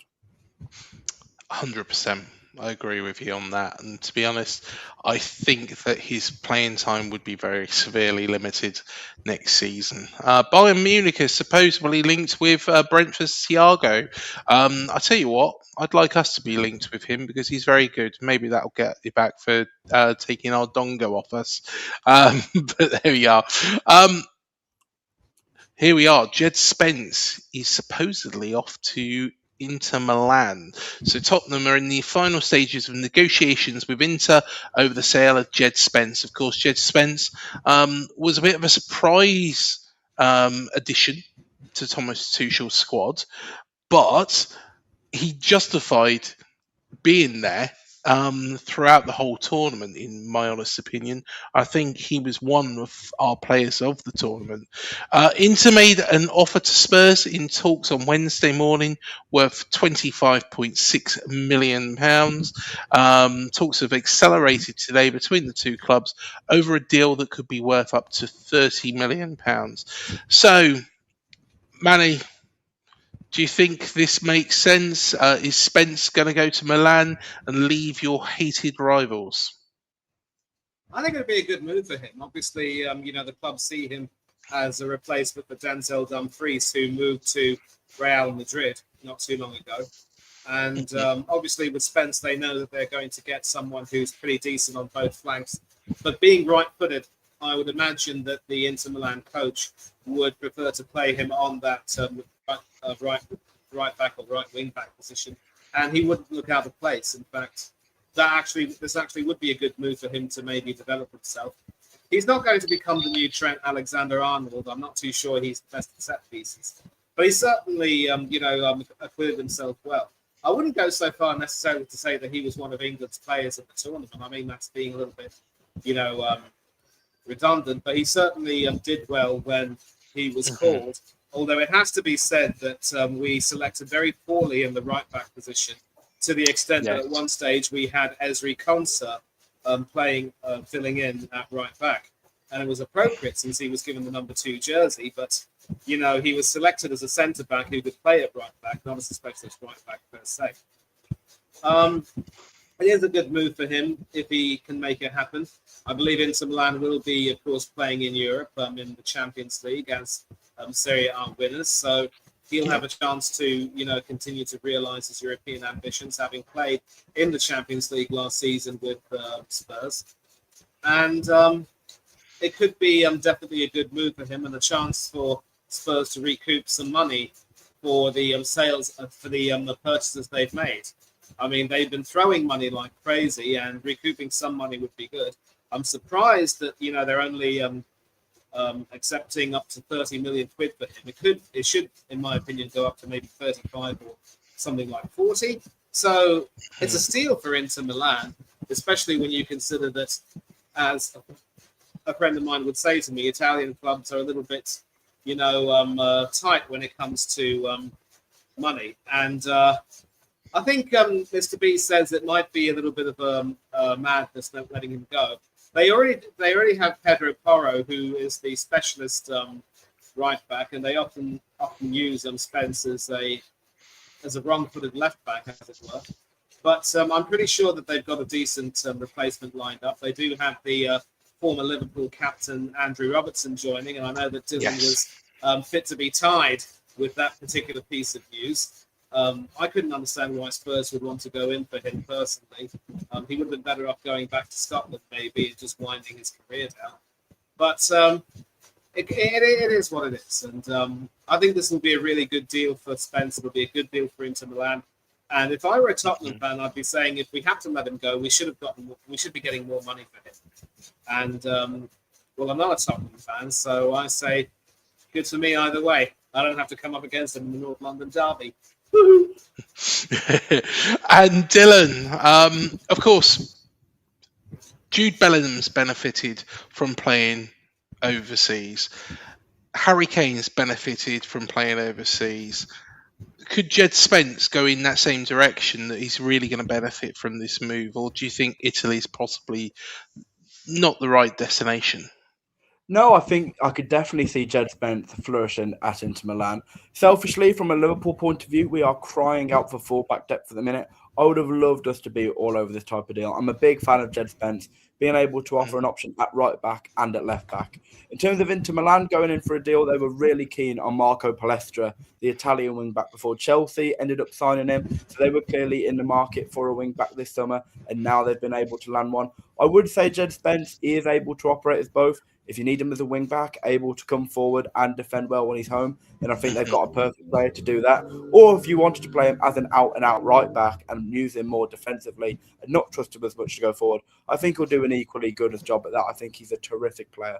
He's had a really interesting career at Tottenham. When we saw him join from Nottingham Forest all those years ago, under Antonio Conte, it was clear the Italian wasn't keen on him at all. Loaned him out to teams like Rennes in France, but then went on loan to Genoa, so he's already got a bit of Serie A experience. Yes. And they absolutely loved him at Genoa. He was absolutely terrific there. And he was able to come back to Tottenham, get a look into that side after getting some games in Genoa, and the rest is history in terms of his Tottenham career. I think this is a really good fee for him as well, around £30 million. Like Manny said, I do agree with him. Italian teams can be quite tight. That's why the saga around Curtis Jones to Inter Milan has lasted so long as well. But back onto Jed Spence, I think this is a bit of a sorry loss for Tottenham. They have brought in some excellent defenders this summer, but in the fullback areas, I do worry who's going to be covering Pedro Porro now. But then again, no Europe for Tottenham, so maybe that's not a huge concern for them. And they have got midfielders who could potentially be filling in at right back if they need them to. But for Jed Spence, I think he's obviously had a great World Cup. I agree with you, Craig. I think he was one of England's best players. So going off to Inter Milan, a league he's already got a bit of experience in, a culture that he's already experienced in as well, and in the best team in the country and one of the best teams in Europe, I think he could definitely flourish here, and definitely by the time Euro 2028 rolls around, establish himself as England's starting right back or maybe even left back. There we are. Well, Jed Spence is off to Milan, but Chelsea have got a sale on, and Chelsea bargains. As you can see, some of the costings there. I think I was just watching Manny. I think has just gone and taken the rubbish out, which is possibly what these players are. But Dylan, is any of these any good? Really? Yeah. If you wouldn't mind, Greg, should we walk through the list one by one, start at the top and work our way down? Yeah, so Tom's just said, "Where's Reece when you need him?" Yeah, he'd have definitely had some comments to make about most of these players. So start with Nicholas Jackson. For me, I never thought he was that bad at Chelsea. I thought he offered a great relationship with Cole Palmer, and 2 years ago struck up a real good relationship with him on the pitch. Unfortunately, they didn't fancy him and loaned him out to Bayern Munich last year, where he played back up to Harry Kane. That's probably why Bayern Munich are after Igor Thiago, unfortunately Mr. B. But Thiago is way too good to be playing back up to Kane, in my opinion. So for Nicholas Jackson, I do see him leaving Chelsea, but for 65 million, I can't see that personally. And the same goes for the player beneath him, Malo Gusto, who I expect to play a second string role to Palestra this season after Chelsea spent around 60 million euros on him. Gusto for 75 million. Has the market gone mad? This is a decent player, okay, but defensively can be really suspect sometimes and can be a bit injury prone. 75 million, I think, is awful, and I think he's worth about a third of that at around 25 million pounds in this market. If we move on to Disasi now as well, 25 million plus add-ons. He's heavily linked with a move to Crystal Palace in For me, he impressed at West Ham in the second half of last season. Unfortunately, they did go down, but after spending the first 6 months of last season in Chelsea's bomb squad, he wasn't being utilised, frozen out of the club, playing in their under-21s, then got a move to West Ham and impressed there. So if he does end up at Crystal Palace, I think he'll be a great option for them and some valuable Premier League experience. And also another French centre-half that they took a gamble on that hasn't worked out. Benoit Badiashile has completed the move to Napoli. He's going to be over there, and I've got no doubt he'll probably be a decent Serie A defender. We've seen lots of pretty middling to average Premier League players like Scott McTominay when he left before he became unbeatable at Napoli. He's gone. Badiashile will go to Napoli, and I think he'll be okay for him. But this, like Mr. B has said in chat, Enzo Fernandez, £120 million. Like he says, it is laughable. It is a laughable fee. Enzo Fernandez, I think, on his day can be a great player and showed that against England in the semi-finals. But I do think he's dirty. I think he's rash. I think he's very aggressive midfielder in terms of off the ball and on the ball work. And I think 120 million for him is a much, much overpayment. And if Chelsea get anywhere near the money they bought him for, I'd be very surprised. I wouldn't pay 12 quid for him. I think a lot of people would share the same sentiments as you, Craig. I don't think he's worth. I think maybe he's worth half of that, and that's a big maybe. Yes. He's not one of my favourite players, but Liam Delap and Mark Guéhi as well. Yeah, really interesting as well. I think Delap. Look, it was just as we discussed last week when we saw Delap linked to the likes of Coventry and Everton. He was just a step too far. His first year in the Premier League, really decent return for Ipswich. I think it was around 10 to maybe 12 goals. But unfortunately, the step up to Chelsea was just too big for him. And he really failed to impress last year. So if he was able to get to a team like Everton, like Coventry, maybe another mid-table team like Crystal Palace, Sunderland, Fulham, I think he could do well. But 50 million, you're joking. I don't think he's a £50 million player any stretch of the week. And the same goes for Mark Guéhi. He got loaned out to Sunderland last year, got recalled after one game when they were worried about their striker depth, when they already had 3 strikers at the club. He barely got a kick for Chelsea last year, and now they're saying we're going to sell him for £25 million. It's rubbish. So for Chelsea, I understand trying to sell so many players. They've bought a lot. They also now need to shift a lot as per the last ownership model or the last transfer policy. But some of the price tags I'm looking at here, Craig, I think I've summed it up pretty well when I say that some of these price tags are just obscene. Yes, I think, to be honest, they're all obscene, actually. The only one I would say is probably not that obscene is Axel Disasi, who I think could do quite a job. But the rest of them, Enzo Fernandez, Chelsea are having a laugh. And I did make a joke, Manny, when you disappeared for a moment. I said that you were taking the rubbish out, and it looks like Chelsea are taking their rubbish out this summer. Well, I mean, I'm not so sure you could necessarily call Enzo Fernandez rubbish, and as much as I despise him too, for various reasons, there is no doubt that he is a really, really good player, and he was actually moved a little bit forward to play the number 10 role, and I thought that move suited him.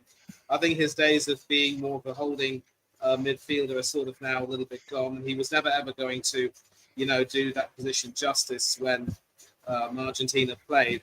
Lionel Scaloni just, defecated the bed with his lineup. But in addition to some of these players in question, there was talk about, Nicholas Jackson joining Aston Villa on loan because, Unai Emery, of course, worked with him when he was at Villarreal, and he remembers how, outstanding he was. A big part, of course, of that Villarreal team that won the 2021 Europa League, beating my Arsenal team and Manchester United in the process. So Emery has this ability, I always say, to turn water into wine. And he's, of course, already done business with Chelsea, having secured Alejandro Garnacho on a loan. There is a sort of might be an obligation to buy at the end of the season, but if Emery does get the best out of him and succeed where he couldn't quite do so with the likes of Jadon Sancho, who was, of course, on Chelsea at loan, then that would be a pretty good piece of business. I just don't know if he'll get Jackson on the permanent transfer, but he is looking to get him on loan as a striking option. I just don't know if he can, make it happen. Malo Gusto, of course, to be honest, I don't really know what people might necessarily see in him. He's a backup right back for the France national team behind Jules Koundé. And I don't even know what he would offer. Disasi, 25 million for a player who was, of course, on Chelsea's infamous bomb squad. If anyone wants to sign him, good luck to him. Good luck to them, I should say. I don't think we're going to see too much of him.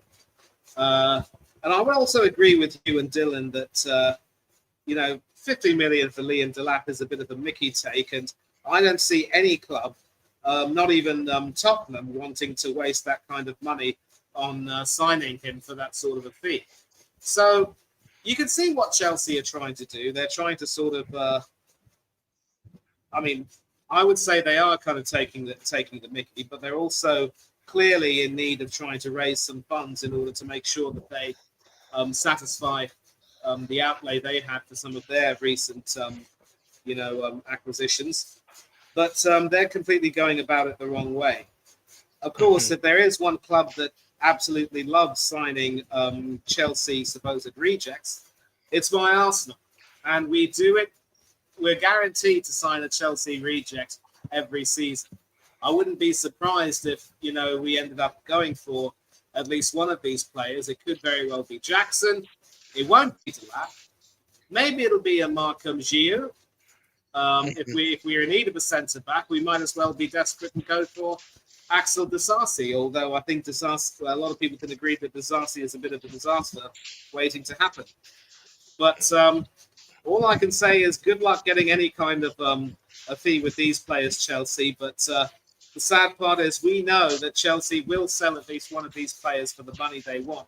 Because you know how they say there's a sucker born every minute and there's always going to be a fool who will be parted easily from his money. There's always going to be one. More often than not, voice of experience, it's us, Arsenal. Well, I think, to be honest, Chelsea are having a laugh. So, yes, Chelsea bargains. Definitely not bargains, rip-offs, more like. Let's go to Hull, because they're a new club in the Premier League. Of course, promoted from the Championship in strange circumstances. Of course, beat Millwall in their semi-final, and then had a game against Middlesbrough after thinking that they was going to be playing Southampton. And they've signed Nobel Mendy from Rayo Vallecano for a club record fee. Of course, Rayo Vallecano, Andoni Iraola's former club. So, Dylan, what do you know about Mendy, and do you think this is a good signing?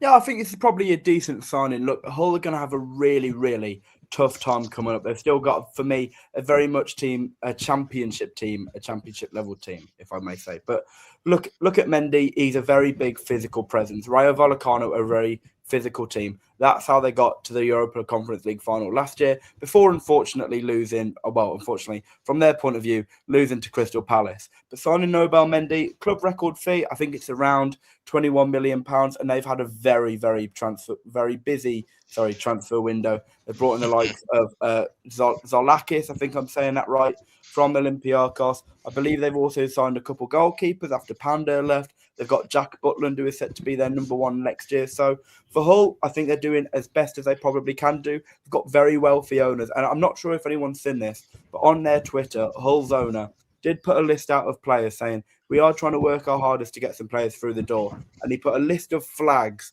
from players that they've been linked with and put a percentage as to how much they've been done. Has an owner ever done that? I don't think so. So we're clearly a very erratic owner. So for Mendy coming through, I think perhaps maybe after posting his flag, some fans were able to sniff out that it was the Senegalese centre-half joining, like they probably will do for a few more signs that are yet to come. So for Hull, I think this is a decent deal, but unfortunately, I think we could look back on this and say they've spent 20 million. Could they have done that elsewhere? As I do think they'll be promptly returning to the Championship next year. But if he's going to be the cornerstone of them staying up, then maybe they can turn that 20 million into 100 million if they want to try that next year. But that is a big if. So for me, I think this is a decent signing, but I can't see Hull doing that well in the Premier League this year.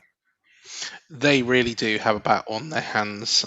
So, yeah, decent signing, but I think they're going to have a real battle to stay up. But I tell you what, Manny, I've been saving this one for you. Galatasaray is showing interest in Arsenal's Martinelli. Can you see this one happening? We're trying to make it happen, but sadly there are going to be some, obstacles in this. And we've also been looking to sell another Gabriel Jesus, to Napoli, but then there have been some setbacks to that deal. The thing about the players that we have and the players that we're trying to sell, Craig, is that they have this belief that now that we've won the league, fortuitously, I will say again and again, and I'm not going to get tired of saying it, we seem to be, on the up again, and they want to be a part of that. But all these players are doing is handicapping us in terms of not being able to give us the funds that we would like. And, to answer this question that Steve asked earlier, we are trying to sell him, Steve, for anywhere from 35 to maybe 40 million quid. The only problem is I'm not too sure the Galatasaray themselves are willing to, budge on that. And so, again, you have a player like Martinelli who was with us in the academy, who's developed with us and would be the type of pure profit signing that would bring about a cash windfall for the club while also getting his wages off the books and free funds for us to, use for selling players. But I can only hope that the deal goes through because Martinelli, although he did have one good season under Arteta, his best time with us was when Unai Emery was a manager and playing him as a sort of a second off-the-shoulder striker. As a touchline-hugging winger, he has simply been, pretty poor. And as much as I would always back a player who has been very ill-treated by a manager, including especially a manager like Arteta, who has this weird, fantasy, for want of a more genteel word, about making his players more versatile. We've also got to be honest and say that it's a player's responsibility to, look to improve himself. And I think it's fair to say that Martinelli has failed to do that. And now he's at a crossroads in his career where, if he stays at Arsenal any longer, he might not really realise his full potential. I know that Ancelotti took him to the World Cup and used him as more of a backup striker, but he's just not a winger. And the longer he stays at the club, the more he's going to deteriorate. So I just hope we can get the deal across the line. I only hope that we can get a good fee for him. But there are going to be some obstacles. And this is just another highlight, really, Craig, of how poor we've been in the transfer market when it comes to either trying to buy players or even sell players. And now, of course, there's talk about us trying to still get Ezri Konsa because we need a centre-back. Once again, I think Unai Emery is going to tell us to go, lay an egg. There's no way he's going to want to help us. And he's definitely not going to want to, part with his vice-captain, an exceptionally pivotal and important member of his squad, right when Villa are about to enjoy another return to the Champions League. So, we're the architects of our own problems, and I don't think we deserve any sympathy. Well, I'll tell you what, there we are. There's Manny's thoughts on this one. But Lukaku has gone to Fenerbahce. Does that open up Jesus to Napoli? Dylan, what do you make of Lukaku moving to Turkey? And then could Jesus go to Napoli off the back of that? Yeah, so Romelu Lukaku has had a really tumultuous post-Chelsea record-breaking transfer career. He obviously flopped at Chelsea for all that money, then went back to Italy, and he's kind of poked around a few teams from there. Roma, Napoli, I believe AC Milan as well, and maybe returned to Inter as well at some point. I know for certain he's obviously just left Napoli and did have a stint at Roma under Mourinho, I believe. But off to Fenerbahce he goes. It's another team clicked off for Lukaku. I don't think there's an elite striker there anymore, unfortunately. I think his best years were enjoyed at Everton, and that was over 10 years ago now. So perhaps Fenerbahce getting another striker in. And if he returns maybe 10 to 15 goals from this year, I think that's fair enough. And I think that's a decent return for a team who I believe are in the Europa Conference League this year, maybe have European football. And then for Gabby Jesus, if Napoli are taking Lukaku's probably big wages out the door and replacing him with Jesus's likely big wages as well, I think this is a decent replacement for them. He's going to fit into the Italian league style of play, a little bit slower. So with his injury problems, he's probably going to play more. He's probably going to keep up his fitness better and play to a better standard. If, like I said, if we've seen, pretty average players in the Premier League, like Scott McTominay before he left to Napoli, and then they've absolutely exploded there, I wouldn't be surprised, even despite his age, if Jesus does the same, as a really good stint in Italian football now. So for all parties, I think this makes a lot of sense. I think Jesus is definitely going to be a better player than Lukaku in this day and age. Like I said, I think Lukaku is well past it, and I don't think there's been a quality player. I think, in all fairness, during Inter Milan's 2020 winning season, I think he had a really good partnership with Lautaro Martinez. But for me, a flashes player, I think he'll do well in Turkey because that's probably about his level. And I do think Jesus will do well for Napoli if he ended up there. So overall, an interesting transfer saga. And I do see it ending with Jesus being a Napoli player by the end of the window. I only hope you're right, Dylan. But as I said earlier, there has been talk about, Jesus wanting to stay. But then, like I said, if we do get the deal over the line, I'll be a happy chappy. We need to get his wages off the books. You could be right when you say that he could prosper in Italy, but then even that would sort of be his level right now, it has to be said, given his own injuries over the years. Let's see how it pans out. I hope we see the back of it. Well, I tell you what, guys. Hopefully, Dylan, they're all still here. Because it's the moment they've been waiting for. It's the Kidderminster News, the non-league window. Dylan, I'm going to just hand this straight over to you. You tell us what is going on at Kidderminster Harriers. So, unfortunately, the National League season kicked off last weekend. That's fortunate, but Kidderminster Harriers stumbled to an embarrassing final loss away at Hornchurch. Hornchurch were also promoted to the National League this season, with Harriers gaining promotion from the playoffs like Harriers did from National League South. They're both back in the league, and Hornchurch absolutely wiped the floor with them. A 3-0 defeat. So Harriers are looking for reinforcements, and they're looking for them quickly, especially in attack. We've recently added, as it says on there, Callum Stewart on loan. I think this is a good signing. There's plenty of strikers come through the door at Harriers, and we've seen lots of, how do I put this lightly, donkey strikers come through who just don't know where the back of the net is. Believe it or not, the player leading our line on Saturday, he actually registered. He played for Gateshead up in the northeast last year and registered no National League goals. So we decided that'd be a great player to bring in. So hopefully, Callum Stewart is going to be a lot better than this. He did make his debut, I believe, against Hornchurch, but failed to have an impact on goal. So hopefully, if he's going to play in a couple of days' time, back at Agborough, back in the West Midlands, against Eastleigh, I think he'd definitely be able to make an impact. So hopefully a sign of better things to come as Harriers look to get away from the relegation battle this year. That is their goal, to be clear. Don't expect any upper mid-table pushes or anything like that. The Kidderminster Harriers will be in a relegation battle, and hopefully Callum Stewart will be the one to lead us out there. We were after one of our best players last year, Riley Reynolds. I had the chance to interview him briefly, and he is a very technical midfielder, very brilliant, only 20 years of age. He was on loan, returned to Notts County, but they want to loan him back out again after they were promoted to League One. However, there's lots of League Two interest, and Barrow, who have just dropped down into the National League, are interested in him. So whether Harriers can get their former wonder kid back, I doubt it. But for now, with Stewart, it's a decent addition. And I think there's still plenty of loan moves to happen for Harriers before the end of the window. So, yeah, we're looking at Tom saying, do we have to talk about last Saturday? Yes, we have to, because that's how the league season started. Some of us were there, Tom. Some of us like to follow our team home and away.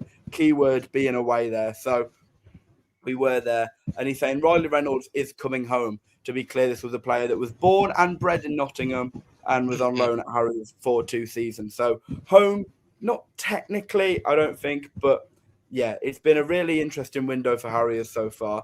But unfortunately, their season got off to the worst possible start. So Saturday, against fellow relegation rivals Eastleigh, it's time to really kickstart the season, get back on home turf and get 3 points. Do you know what? I really do hope that Kidderminster Harriers can get back into the Football League at some point, because I know that you say it's going to be very difficult this season, Dylan, and from being newly promoted, yeah, it probably is going to be, but over time, give it another couple of seasons. I really would love to see you back in the Football League. And of course, here is something as well. Matt remembers this. Matt was at this match on this day in 2002. Kidderminster Harriers drew 0-0 at AFC Bournemouth in the Nationwide Division 3, of course, now League 2, in front of 4,771 fans. The Cherries are now an established Premier League side, and we're a step lower. We beat them at home in the season, and that's played for Kiddie. Who posted that? There's a copy of the program as well there. The crests as well. I absolutely love the Kidderminster crest. I really do hope that you do come back into the Football League sooner rather than later. It would be absolutely brilliant. And 4,771. That's the loyal following that we had at AFC Bournemouth back in those days. It's quite some way away from that nowadays, but I was about to say, yeah, gone are the days where you see anywhere near that number. And if there has, there's something seriously gone wrong. Maybe they've closed off 3 of the stands at Dean Court. like I said, and albeit it wasn't then, but like I said to on the Sun football show, I turned around to him and I said, we had a 3-sided ground back, in the -17 season. We couldn't fill 3 sides. We couldn't fill the 3 sides that we had. Now it's chocker every single week, which is great. But hopefully, fingers crossed, you can get yourself back in the Football League, Dylan, and build yourself up. And you never know. Hopefully, we can inspire. We haven't been in the Football League since, I believe, 2005. So that long.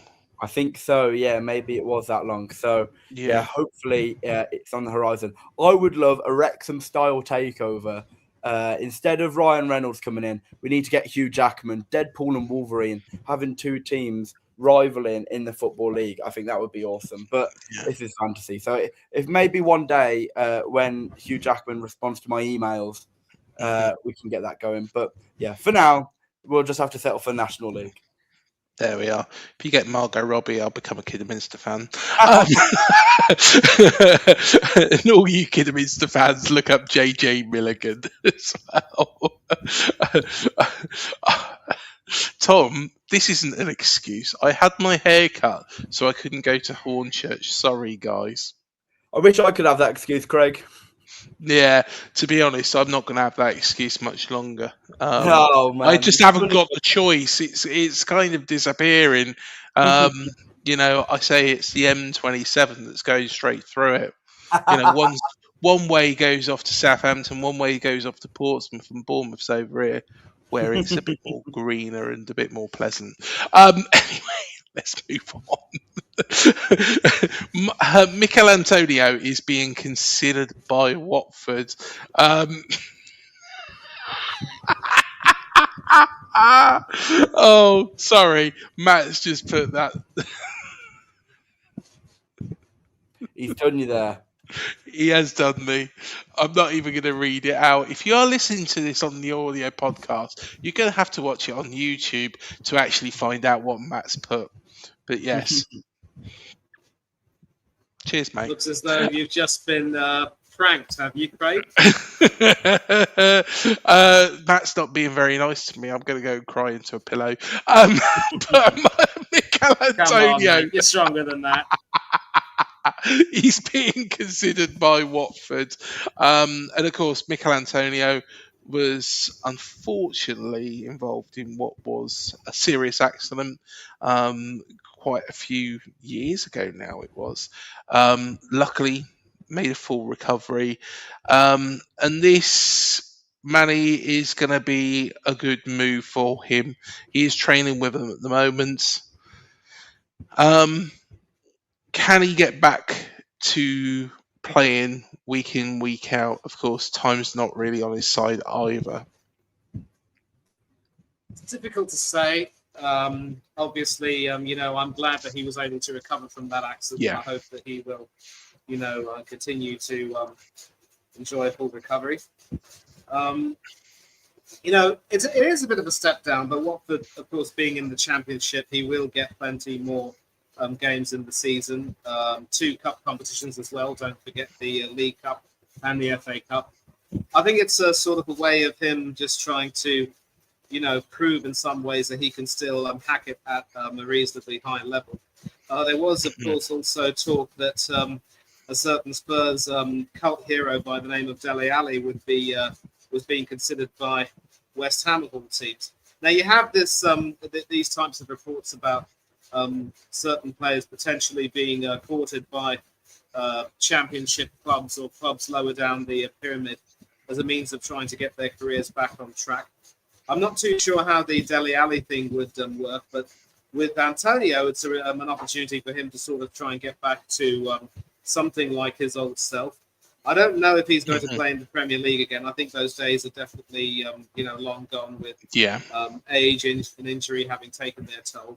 But this could be a challenge for him. He might be up for it, and if he's able to make the most of it, then good for him. I hope it definitely works out. Yeah, I completely agree. And of course, he did sign for a Qatar club earlier on this year, made 4 appearances for them, was at West Ham for 10 years. Prior to that, he was a little bit of a journeyman. I think he spent too long at Reading, honestly. But he did find his feet at Sheffield Wednesday, Forest, and then, of course, West Ham. So hopefully makes a full recovery. Of course, the Qatar League is not particularly the greatest. Hopefully he makes a full recovery and can get back firing on all cylinders. Thomas says, have you got an umbrella, Craig? And yes, he is also known as the Wally with a brolly. Dylan, can Mikel Antonio really impact Watford if they do sign him full time? I would love Mikel Antonio to come back and make a real impact, but don't get this twisted. This was a life-threatening injury, and it's a miracle that he's even able to think about playing football again. It looks like he went off to Qatar for a few months, got a nice bit of rehabilitation, and got a nice payday for it. But coming back to Watford, I think they've had an all right window. I think the highlight of their window is definitely Jordan Zamora. I think he's going to be a great option for them this season. But I do think Watford are going to struggle. They've had a lot of players leave to sister club Udinese. They've had only a few players arrive from the Italian club. So if Mikel Antonio was to be able to go there, get fit and be an option for him this year, I think that'd be great. And I think that is something the football world would look fondly upon, even if he's playing for a team as low down as Watford. So for him, if he's happy to and he's in the mentality to, I'd say absolutely go for it. But if for Watford, he probably isn't going to be commanding too high wages after being on really decent Premier League wages at West Ham for so many years. So for Watford, I think it can make sense if they're able to keep him fit and not be paying too much to have him. Perhaps he goes on a pay-as-you-play basis, but those type of deals are rare in football nowadays. So I would love to see Mikel Antonio back and playing football. And I think he'd probably do well for Watford if he was fit and able to play. But it's a lot of big ifs involved here, Craig. So I'm not sure whether if we're sat here in a month, maybe even a few weeks' time, saying he's unable to play for Watford, I don't think it'd be a major surprise, unfortunately. Watford will have a new manager again soon as well, Mr. B says. Mr. B is not a Watford fan, although it does look like a bee or a hornet. He is a Brentford fan, anybody who is interested. Doesn't really like Watford very much. But yes, Mikel Antonio, it'll be great to see him, make an impact at some football club. Will it be Watford? Will it be a little bit further down? We'll see. But I guess the main thing is he's still here. That's the main priority. What we're going to do is we're going to speed because we're coming up to the 2 hour mark. So yeah, it's been a long one tonight. We're going to speed through the final couple. Pogba to West Ham. This has come from Talksport on the Sports Bar with Jason Cundy. Colton Cole suggested Pogba to West Ham. We know he was a fantastic talent, Cole said. Whether he's fulfilled his talent or not, he's won the World Cup, 40k a week in the Championship. Is that something you think, A, would that appeal to West Ham, B, would appeal to him? I don't know whether or not he wants to play in the Championship for one, but he may be short of offers. Yeah, I would take him, Colton Cole said. I will be perfectly honest, I can't see Pogba even entertaining West Ham in the Championship. Dylan, can you see Pogba even thinking of West Ham? Absolutely not. No, I'd be really surprised if Paul Pogba even knows what the Championship is, or that West Ham are even part of the Championship. To be honest, I think for Pogba, for me, he's always been a player that people love to fantasize about.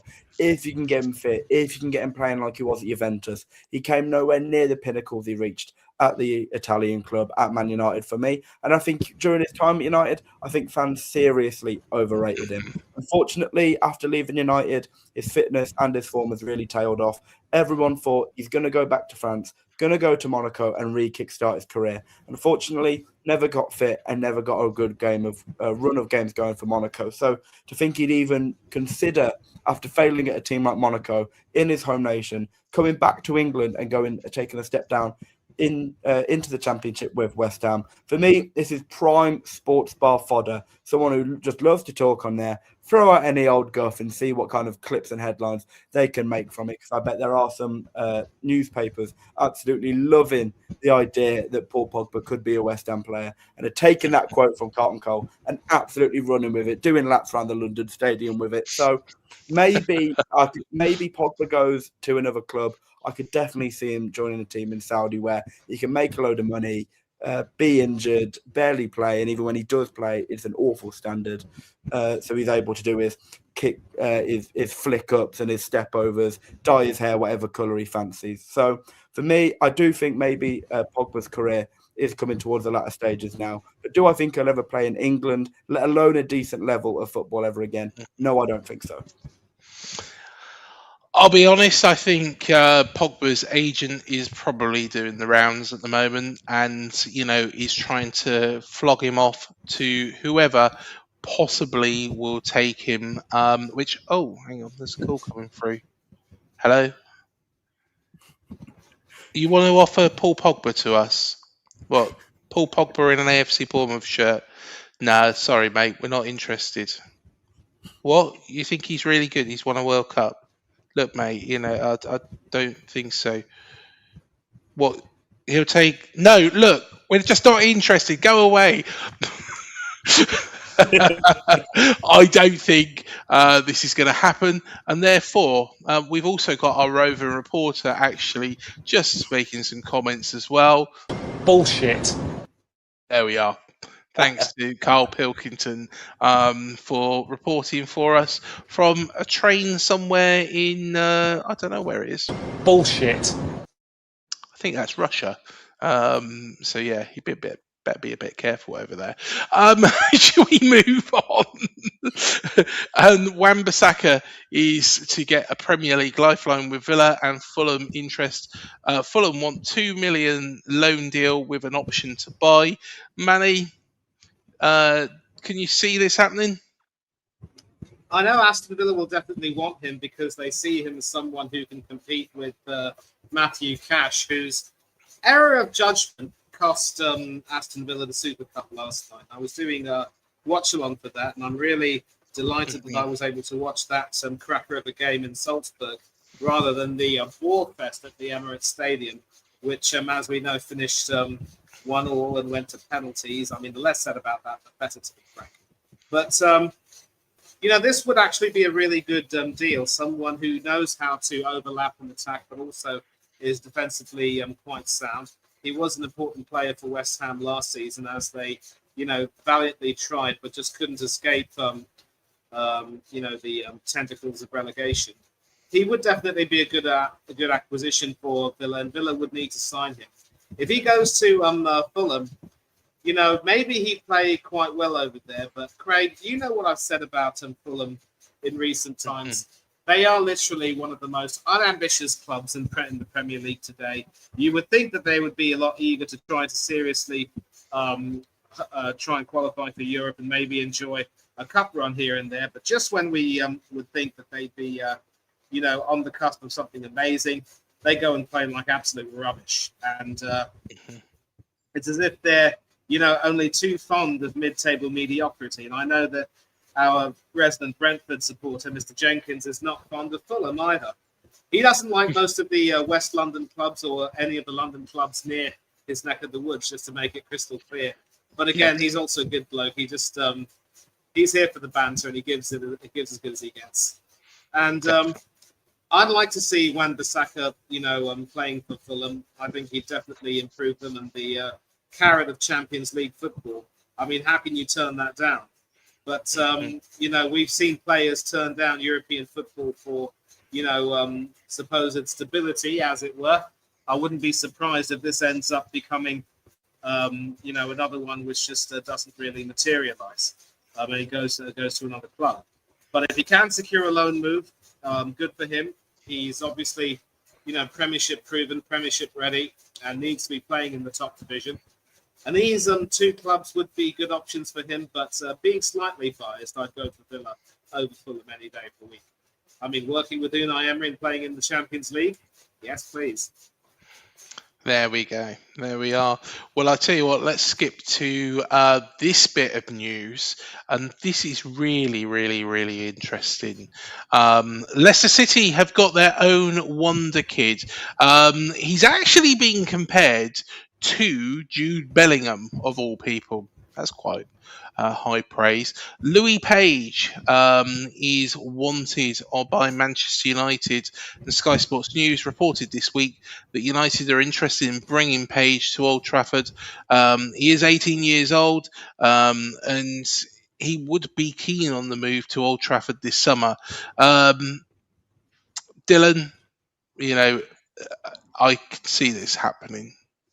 Yeah, me too. I think Leicester obviously are going through really tough times at the minute, and they obviously already sold one of their starlets in Jeremy Monga to Manchester City, despite how heavily linked he was with a link to a move to Arsenal. So it's no surprise that teams are starting to pick up on how good Leicester's academy is, and it's no surprise, given how good their training facilities are, that they're able to develop such brilliant wonder kids like this. So if Louis Page was to end up at Old Trafford and then potentially get loaned out again, or even feature for their under-21s for a little period of time, I wouldn't be surprised. But I think United would be willing to pay the money, a homegrown player as well, certainly a talented player. The links to Jude Bellingham don't come easily, so it's clearly a decent price tag. But Russell Martin has said he doesn't want to sell. So if Leicester don't want to lose out on other key players, and I'd expect a player of his talent to be able to feature in League One and probably do really well from this year, I expect Leicester to go back up to the Championship, whether that's through the automatics or through the playoffs in League One. So if he's going to play a key role in that, and Russell Martin expects to have him around, I think maybe he could stay, and if they could convince him for just one more year. If he ends up being absolutely brilliant for Leicester in League One, then they can drum up his price tag even more by the time they get to the Championship. But let's see what Leicester want to do. But like you said, if he ends up the end of the window as a Manchester United player when they simply offer too much money for an 18-year-old attacker, I could definitely see that happening. But there's definitely a talented player here, and I think it's going to be really interesting to watch him develop over the next few years. 100%. And yeah, sorry, Chris, if you are watching, I can't, see you being able to keep hold of him. Reese has turned up, better late than never. He said greetings. Reese, where have you been, says Tom. He said, fixing the world. And then Tom has said, try and fix Chelsea after you've done, Reese. So, yes, Reese, you might have to watch back. I think, it was probably about an hour and 45 minutes in. It's a long one tonight. That's how you've still caught us. And we rip apart your we rip apart your window so far, and basically the players that you're selling. So yes, We all firmly agreed, Reece, that Liam Delap was worth £50 million, and Enzo Fernandez is worth 120 million. Is that the conclusion we came to, Craig? let me find out. Oh, hang on. Our rover reporter's back on the case. Bullshit. There we are. Can't use that enough, can I? I tell you what, last two, Ipswich have bid for Palacios, knocked back by Leverkusen. Club has rejected Town's £17 million offer. So, yes, that is Ipswich Town. Of course, Gary O'Neill there. It's a big bid. It's a big bid. It's a big risk. Ipswich, I think, going to be quite strong next season. I think, not strong in the sense that they're going to do anything at the top end of the table, but I think they're going to be, battling out to stay up. Because bouncing back at the first time of asking, it will be very, very interesting to see what they do. Yes, Reece, you missed the whole Chelsea section. You're going to have to watch it back now and leave all the comments in the comment section. I'll be here next week for the Eden Hazard romanticism section. I'm looking forward to it. And let's just go to the last one. Romero set for Atletico move. Romero's exit will signal a new era at Spurs. Of course, popular man in England, as we can tell you. If you're not living in England, Romero is probably the football playing version of syphilis. Dylan, is it time for Romero to move on? Absolutely, yeah. I think, is this the most obvious transfer that has ever happened? You've taken one of the most dirty players and most red card prone, foul prone players I think I've ever seen grace the Premier League. And he's going to one of the dirtiest teams in Europe in Atletico Madrid under the crafty, Dick Dastardly like Diego Simeone. I think this is a move. No one likes Diego Simeone, I don't think. So for me, I think this is a very obvious transfer. Of course, we saw a bit of paper talk going on, saying Inter Milan were ready to line up a bid. We also, surprisingly from the Athletics, say that Arsenal had made inquiries into his signing. Could you imagine what would have happened if Christian Romero was pulling on an Arsenal top next season? That would have been absolutely crazy. But like we discussed last week, that was just all paper talk. There was no way Tottenham were ever going to sell to Arsenal. So he is off to Atletico Madrid. Tottenham have already done their due diligence. They've signed lots of good defenders this summer. Marco Senesi obviously being the main one behind Jan-Paul van Hecke, and being able to extend the contract of Mickey van der Ven is a big positive for them as well. So for Tottenham, lots of defensive change. Obviously already sold Vuskovic to Brighton for around £45 million. But Romero is off. So for all us English people, I think we're very glad to be seeing him leave. For everyone else, will probably be wondering, why do they hate him so much? For that, we could spend another hour talking about. But I've got no doubts he'll do really well for Simeone, who will just love how horrible, nasty, and how much he loves ankle breaking. So I've got no doubts he'll do well back in Spain. Diego Simeone's son is also particularly horrible as well. Yes. And it's surprising that he might be ending up in Spain, of course. He likes spending time with world champions. Of course, he isn't one anymore. Reece said, I hope he'll always be a world champion, Craig. Enough. Yes. Manny is the voice of reason here. You can tell. Whilst there is some Argentina bashing going on, Manny just brings us back to But yes, he hopes, Reece hopes he takes Enzo with him as well. Yes, I think the whole of the Premier League does. Although it would be funny to hear what Enzo Fernandez gets flung towards him during the season. who do Ipswich think they are? They tried buying loads of players before in the Prem, didn't work for them, went down. It could happen again. Gary O'Neill. Gary O'Neill. Mr. B said never been sent off for Argentina. And actually, Tom, you've just got a couple of moments to say what would you compare Romero to? What is he the football equivalent of? This could go all wrong, couldn't it, Dylan? To be perfectly honest, I've just opened a can of worms. Manny, final bit. Romero set for the Atletico move. Is it good for the player? It should be good for him because at least, given that he was one of the main culprits in Argentina's antics during the World Cup, especially with the Falkland Islands banner, I think English, fans are going to be glad to see the back of him. I think as good a servant as he's been for Spurs, he was captain during their Europa League. Oh, there we are. We've got another gremlin in the system. Dial up. Again. Yes. There we are. I was gonna say you might have to give Mark at Touchpoint Telecoms a call for the fibre. Oh, not again. Yep. I mean, obviously, Mark from Touchpoint Telecoms can't really work, but it's worth a shout, I suppose. And look, there was actually talk about him saying that he wanted to stay in England because he was settled in London, and his family were happy there. And of course, there would have been talk about him possibly doing a Sol Campbell and joining Arsenal, given that we are short of centre backs at the moment. I'm sorry, but I wouldn't touch him with a barge pole. For Argentina, he's an absolute legend, but at club level, the man's a walking disaster waiting to happen. And he will be at home in Spain with his fellow Argentinians. There's a huge contingent over there. And of course, a certain Diego Simeone is not one who will continue to receive Christmas cards from David Beckham. Not now, nor ever, I might add. It'll be a good move for him, and I hope he resurrects his career. And as long as he's far away from Arsenal as possible, it's all the better.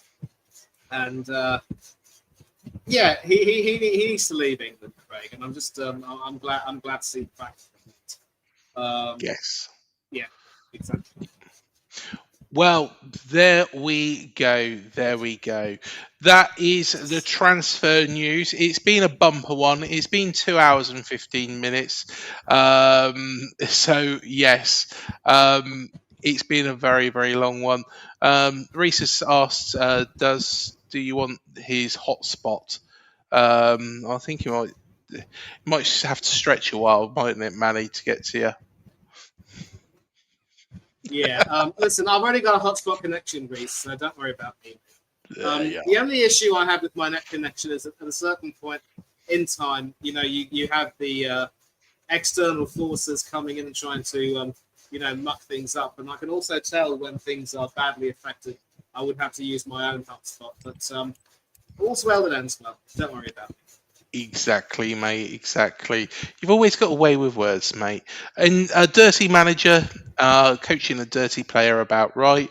And Manny's favourite RG is Emi Martinez. There we go. Yeah. With Lionel Messi a close second. And there we are. To be honest, I don't like any of them. That's me. Why? Not even Senesi. Mate, he played for you and did some good things for you. I do like Senesi and I do like Sola. There we are. To be honest, I'm not against Argentine people. Honestly, we've had some really nice Argentinians on this show. So, yes, apologies all round. Just don't like your football team. Your national football team. So, of course, that rounds it up for another week. We are back next week. Dylan, again, thank you so much for joining us. I'm guessing, are you going to be back next week for some more? I'm really looking forward to it. Yes, I shall be back next week. I've had an absolute blast again tonight. Great to chat with everyone, and even better to be on the show with you both. So thanks for having me, and thanks for another brilliant time. Mate, it's our pleasure, and thank you for joining us as well. And Manny, we will be doing Football Has a Problem very soon. So yes, But no, thank you again, mate, and always a pleasure. And yes, we will do that next week as well. And also, before we go, Willie Calabero, a close third. Cracking night, lads. Thanks, Tom. And great stream again, it says Mr. B. Cheers, mate. We have got, along with pure predictions, the opportunity to get involved in a Premier League prediction league game. So, what you need to do, go to our most recent video that was not live. So that is the shirt show, the really nice white shirt that's got still the pink logo in the middle. If you go to that, and then go to the description, there is all the joining instructions there. You can sign into the league that we're in. You'll know which one it is because it'll say invited to Up the Cherries in All Departments League, and also for the club as well. And there will be like a rotation of the top 8 players or top 5 players. So please do get involved in that. It is free. There is prizes by Pure Predictions. They will send that out to you as well. They'll explain what the prizes are. So please do get involved. And they have sent over a video which will be uploaded as well, explaining how you can get involved. But again, thank you again for joining us. If you're new, hit like, hit subscribe, hit the bell button below. It helps this channel to grow. And we shall see you in the next transfer show next week. See you next Thursday at 8 p.m.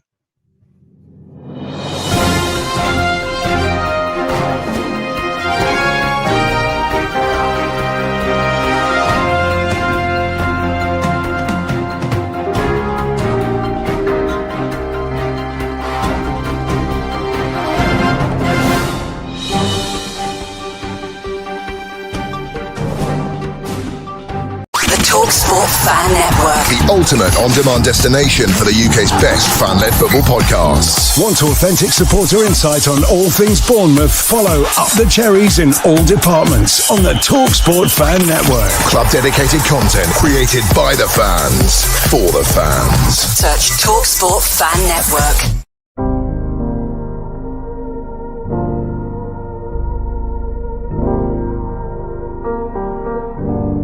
I should be like you, Mel.